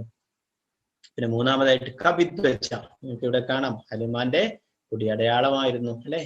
ആ രഥത്തിന്റെ മുകളിലായിട്ട് ഹനുമാന്റെ കുടിയടയാളം ഉണ്ടായിരുന്നു. നമുക്കറിയാം ആണ് ആ ശ്രീരാമചന്ദ്ര ഭഗവാനായിട്ട് അവതരിച്ചപ്പോൾ ഹനുമാനായിരുന്നു അല്ലെ ആ യുദ്ധത്തിന് വേണ്ടുന്ന എല്ലാ കാര്യങ്ങളും ചെയ്തു കൊടുത്തത്. ശംഖനാഥം നമ്മൾ നേരത്തെ പഠിച്ചു അല്ലെ. അർജുനന്റെ ദേവദത്തം അല്ലെ, ഭഗവാന്റെ പാഞ്ചജന്യം, അങ്ങനെയുള്ള ശംഖനാഥങ്ങൾ. പിന്നെ ഗാന്ധീവം, ആ വരുണദേവൻ നൽകിയിട്ടുള്ള ഗാന്ധീവം അല്ലെ, എത്രയും അസ്ത്രങ്ങൾ ചെയ്യാൻ സാധിക്കുന്ന അത്രയും ശക്തിമത്തായതാണ്. പിന്നെ തക്ത ജീവിതം, 2 ഭാഗത്തും എന്താണ് സ്വന്തം ജീവിതം തന്നെ ആ രാജ്യത്തിന് വേണ്ടി സമർപ്പിച്ചവരായിരുന്നു. അവരുള്ള പടയാളികളൊക്കെ പാണ്ഡവരുടെ വർഷത്തും കൗരവരുടെ വർഷത്തും ഒക്കെ ഉണ്ടായിരുന്നു. അവരൊക്കെ എന്താണ് അവരുടെ കുടുംബം അതൊക്കെ വിട്ടിട്ട് സ്വന്തം ജീവിതം തന്നെ ആ രാജ്യത്തിന് വേണ്ടി സമർപ്പിച്ചിട്ടുള്ളവരല്ലേ. നമ്മുടെ നാട്ടിലും അറിയാം, നമ്മുടെ സൈനികരൊക്കെ ഇപ്പോഴല്ലേ, അവരൊക്കെ അതിർത്തിയിൽ കൊടും തണുപ്പത്തൊക്കെ അല്ലെ, കാശ്മീരിലും അവിടെയൊക്കെ എന്താണ് ആ നമ്മുടെ രാജ്യത്തെ സംരക്ഷിക്കാൻ വേണ്ടിയിട്ട് അവര് ഉറക്കമേഞ്ഞിരിക്കുന്നു അല്ലെ. അവരെന്താണ് സ്വന്തം കുടുംബത്തെയും ഭാര്യയും കുട്ടികളെയും ഒക്കെ ഉപേക്ഷിച്ചിട്ട് അവിടെ പോയിട്ട് എന്താണ് ആ നമ്മുടെ രാജ്യത്തെ സംരക്ഷിക്കുന്ന അല്ലെ. അതുകൊണ്ട് നമുക്ക് സമാധാനമായിട്ട് ഇവിടെ നിൽക്കാൻ കഴിയുന്നല്ലേ. അപ്പൊ അവരെന്താണ് സ്വന്തം ജീവിതം തന്നെ രാജ്യത്തിന് വേണ്ടി സമർപ്പിച്ചിട്ടുള്ളതല്ലേ. അപ്പൊ അതുപോലെ തക്ത ജീവിതം, ആ സ്വന്തം ജീവിതം തന്നെ ആ പാണ്ഡവർക്കൊക്കെ വേണ്ടിയിട്ട് സമർപ്പിച്ചവരായിരുന്നു ഇവിടെ ഉണ്ടായിരുന്നവരൊക്കെ. പിന്നെന്താണ് മോക്ഷത ഏകാദശി. ഏകാദശി ഭഗവാന് വളരെ പ്രിയപ്പെട്ടത്. അപ്പോൾ അന്നത്തെ ദിവസം മോക്ഷത ഏകാദശി ആയിരുന്നു. അതുകൊണ്ട് തന്നെ എന്താണ് നമ്മള് ഭഗവത്ഗീത പറഞ്ഞു കൊടുത്തത് ഏകാദശി ദിവസമാണ്, മോക്ഷത ഏകാദശി. അപ്പൊ ഭഗവത്ഗീതയുടെ ആവിർഭാവ ദിനമായിട്ട് അവതാര ദിനമായിട്ട് മോക്ഷത ഏകാദശി നമ്മൾ ആഘോഷിക്കുന്നു. അപ്പൊ അടുത്ത് 4-ാം തീയതി ഏകാദശി വരുന്നുണ്ട്. അപ്പൊ അതിനെ കുറിച്ചിട്ട് നമുക്ക് ഇനി നാളത്തെ ക്ലാസ്സിനെ കുറിച്ച് കൂടുതലായിട്ട് പറയാം. ഏകാദശി ഭഗവാന് വളരെ പ്രിയപ്പെട്ടതാണ്. ഭാഗ്യലക്ഷ്മി അല്ലെ, നമുക്കറിയാം നാരായണൻ എവിടെയുണ്ടോ അവിടെ ലക്ഷ്മി ഉണ്ടാവും അല്ലെ. ഭഗവാന്റെ കൂടെ എപ്പോഴും ലക്ഷ്മി ഉണ്ടായിരുന്നു അല്ലെ. പിന്നെന്താണ് ഋഷികേശൻ. ഋഷികേശൻ എന്ന് പറഞ്ഞാൽ ഭഗവാൻ തന്നെ ആണ്. ആ ഇന്ദ്രിയങ്ങളുടെ നാഥൻ എന്നാണ് ഋഷികേശൻ എന്ന പദത്തിന്റെ അർത്ഥം. ഭഗവാന്റെ വേറെ പേരാണ് ഋഷികേശൻ. ഭഗവാൻ പാണ്ഡവരുടെ കൂടെ ഉണ്ടായിരുന്നു അല്ലെ. അത് തന്നെയാണ് വളരെ പ്രധാനപ്പെട്ട വിജയ കാരണം അല്ലെ. ആ കുരുക്ഷേത്ര യുദ്ധത്തിന് ക്ഷണിക്കാൻ വേണ്ടിയിട്ട് അർജുനും ദുര്യോധനും പോവുകയുണ്ടായി. അപ്പൊ ഭഗവാൻ അവിടെ വിശ്രമിക്കുകയായിരുന്നു. അപ്പൊ അവിടെ രണ്ടുപേരും അവിടെ പോയിരുന്നു. ഭഗവാന്റെ ആ ഉറക്കം ഉണരാൻ വേണ്ടിയിട്ട് അവിടെ കാത്തിരുന്നു. അർജുനൻ കാലിന്റെ സൈഡിൽ എന്താണ് ദുര്യോധനൻ തലയുടെ അവിടെയും പോയിരുന്നു അല്ലെ. ഭഗവാൻ എന്താണ് ഉറക്കം ഉണർന്ന പാടും ആരെ നോക്കും, കാലിന്റെ ഭാഗത്തേക്കാണ് നോക്കും അല്ലെ. കാലിന്റെ അടുത്ത് നോക്കുമ്പോ അർജുന അല്ലെ. അർജുന എന്താ വന്നത് എന്ന് വെച്ചപ്പോ പറഞ്ഞു, അല്ല. ദുര്യോധനൻ മറുപടി പറഞ്ഞു, ഞാനാണ് നേരത്തെ വന്നത്, ഞാനാണ് ആദ്യം വന്നത് എന്ന് പറയുകയുണ്ടായി. ദുര്യോധനോട് ചോദിക്കുകയുണ്ടായി, എന്താണ് നിനക്ക്, അല്ല അർജുനനോട് തന്നെ ചോദിച്ചത്, എന്താണ് നിനക്ക്, ഏതാണ് വേണ്ടത്, ഞാൻ യുദ്ധത്തിന് ക്ഷണിക്കാൻ വന്നതാണപ്പോ പറഞ്ഞപ്പോ ഭഗവാൻ പറഞ്ഞു, ഞാൻ ആയുധമെടുക്കില്ല, യുദ്ധത്തില് ആയുധമെടുക്കില്ല. എന്റെ ഒരു ഭാഗത്ത് എന്റെ സൈന്യം ഉണ്ടാവും, മറുഭാഗത്ത് ഞാനുണ്ടാവും, ഞാൻ ഒരിക്കലും ആയുധമെടുക്കില്ല എന്ന് പറയുകയുണ്ടായി. അപ്പൊ ദുര്യോധനാണ് ദുര്യോധനൻ പറഞ്ഞു, ഞാനാണ് ആദ്യം വന്നത്, അതുകൊണ്ട് ഞാനാണ് സെലക്ട് ചെയ്യേണ്ടതെന്ന് പറഞ്ഞു. അർജുനൻ വിചാരിച്ചു, ദുര്യോധനാനും ഭഗവാനെ സെലക്ട് ചെയ്താളെയോ കൃഷ്ണനെ സെലക്ട് ഇല്ല. എന്നാല് ആ ദുര്യോധനന്റെ ബുദ്ധി എന്താണ്, അങ്ങനെയുള്ള ആ വക്രബുദ്ധിയായിരുന്നു. അപ്പൊ എന്താണ് ദുര്യോധനൻ പറഞ്ഞു, ദുര്യോധനൻ മനസ്സുകൊണ്ട് ചിന്തിച്ചു, ഈ ആയുധം എടുക്കാതെ കൃഷ്ണനെ കിട്ടിയിട്ട് എനിക്ക് എന്താ കാര്യം, ആ സൈന്യത്തെ കിട്ടിക്കഴിഞ്ഞാല് അത് നമുക്ക് അത്രയും ഉപകാരമാവും. ഈ കൃഷ്ണ ആയുധം എടുക്കാതെ കൃഷ്ണനെ കിട്ടിയിട്ട് യാതൊരു കാര്യമില്ല.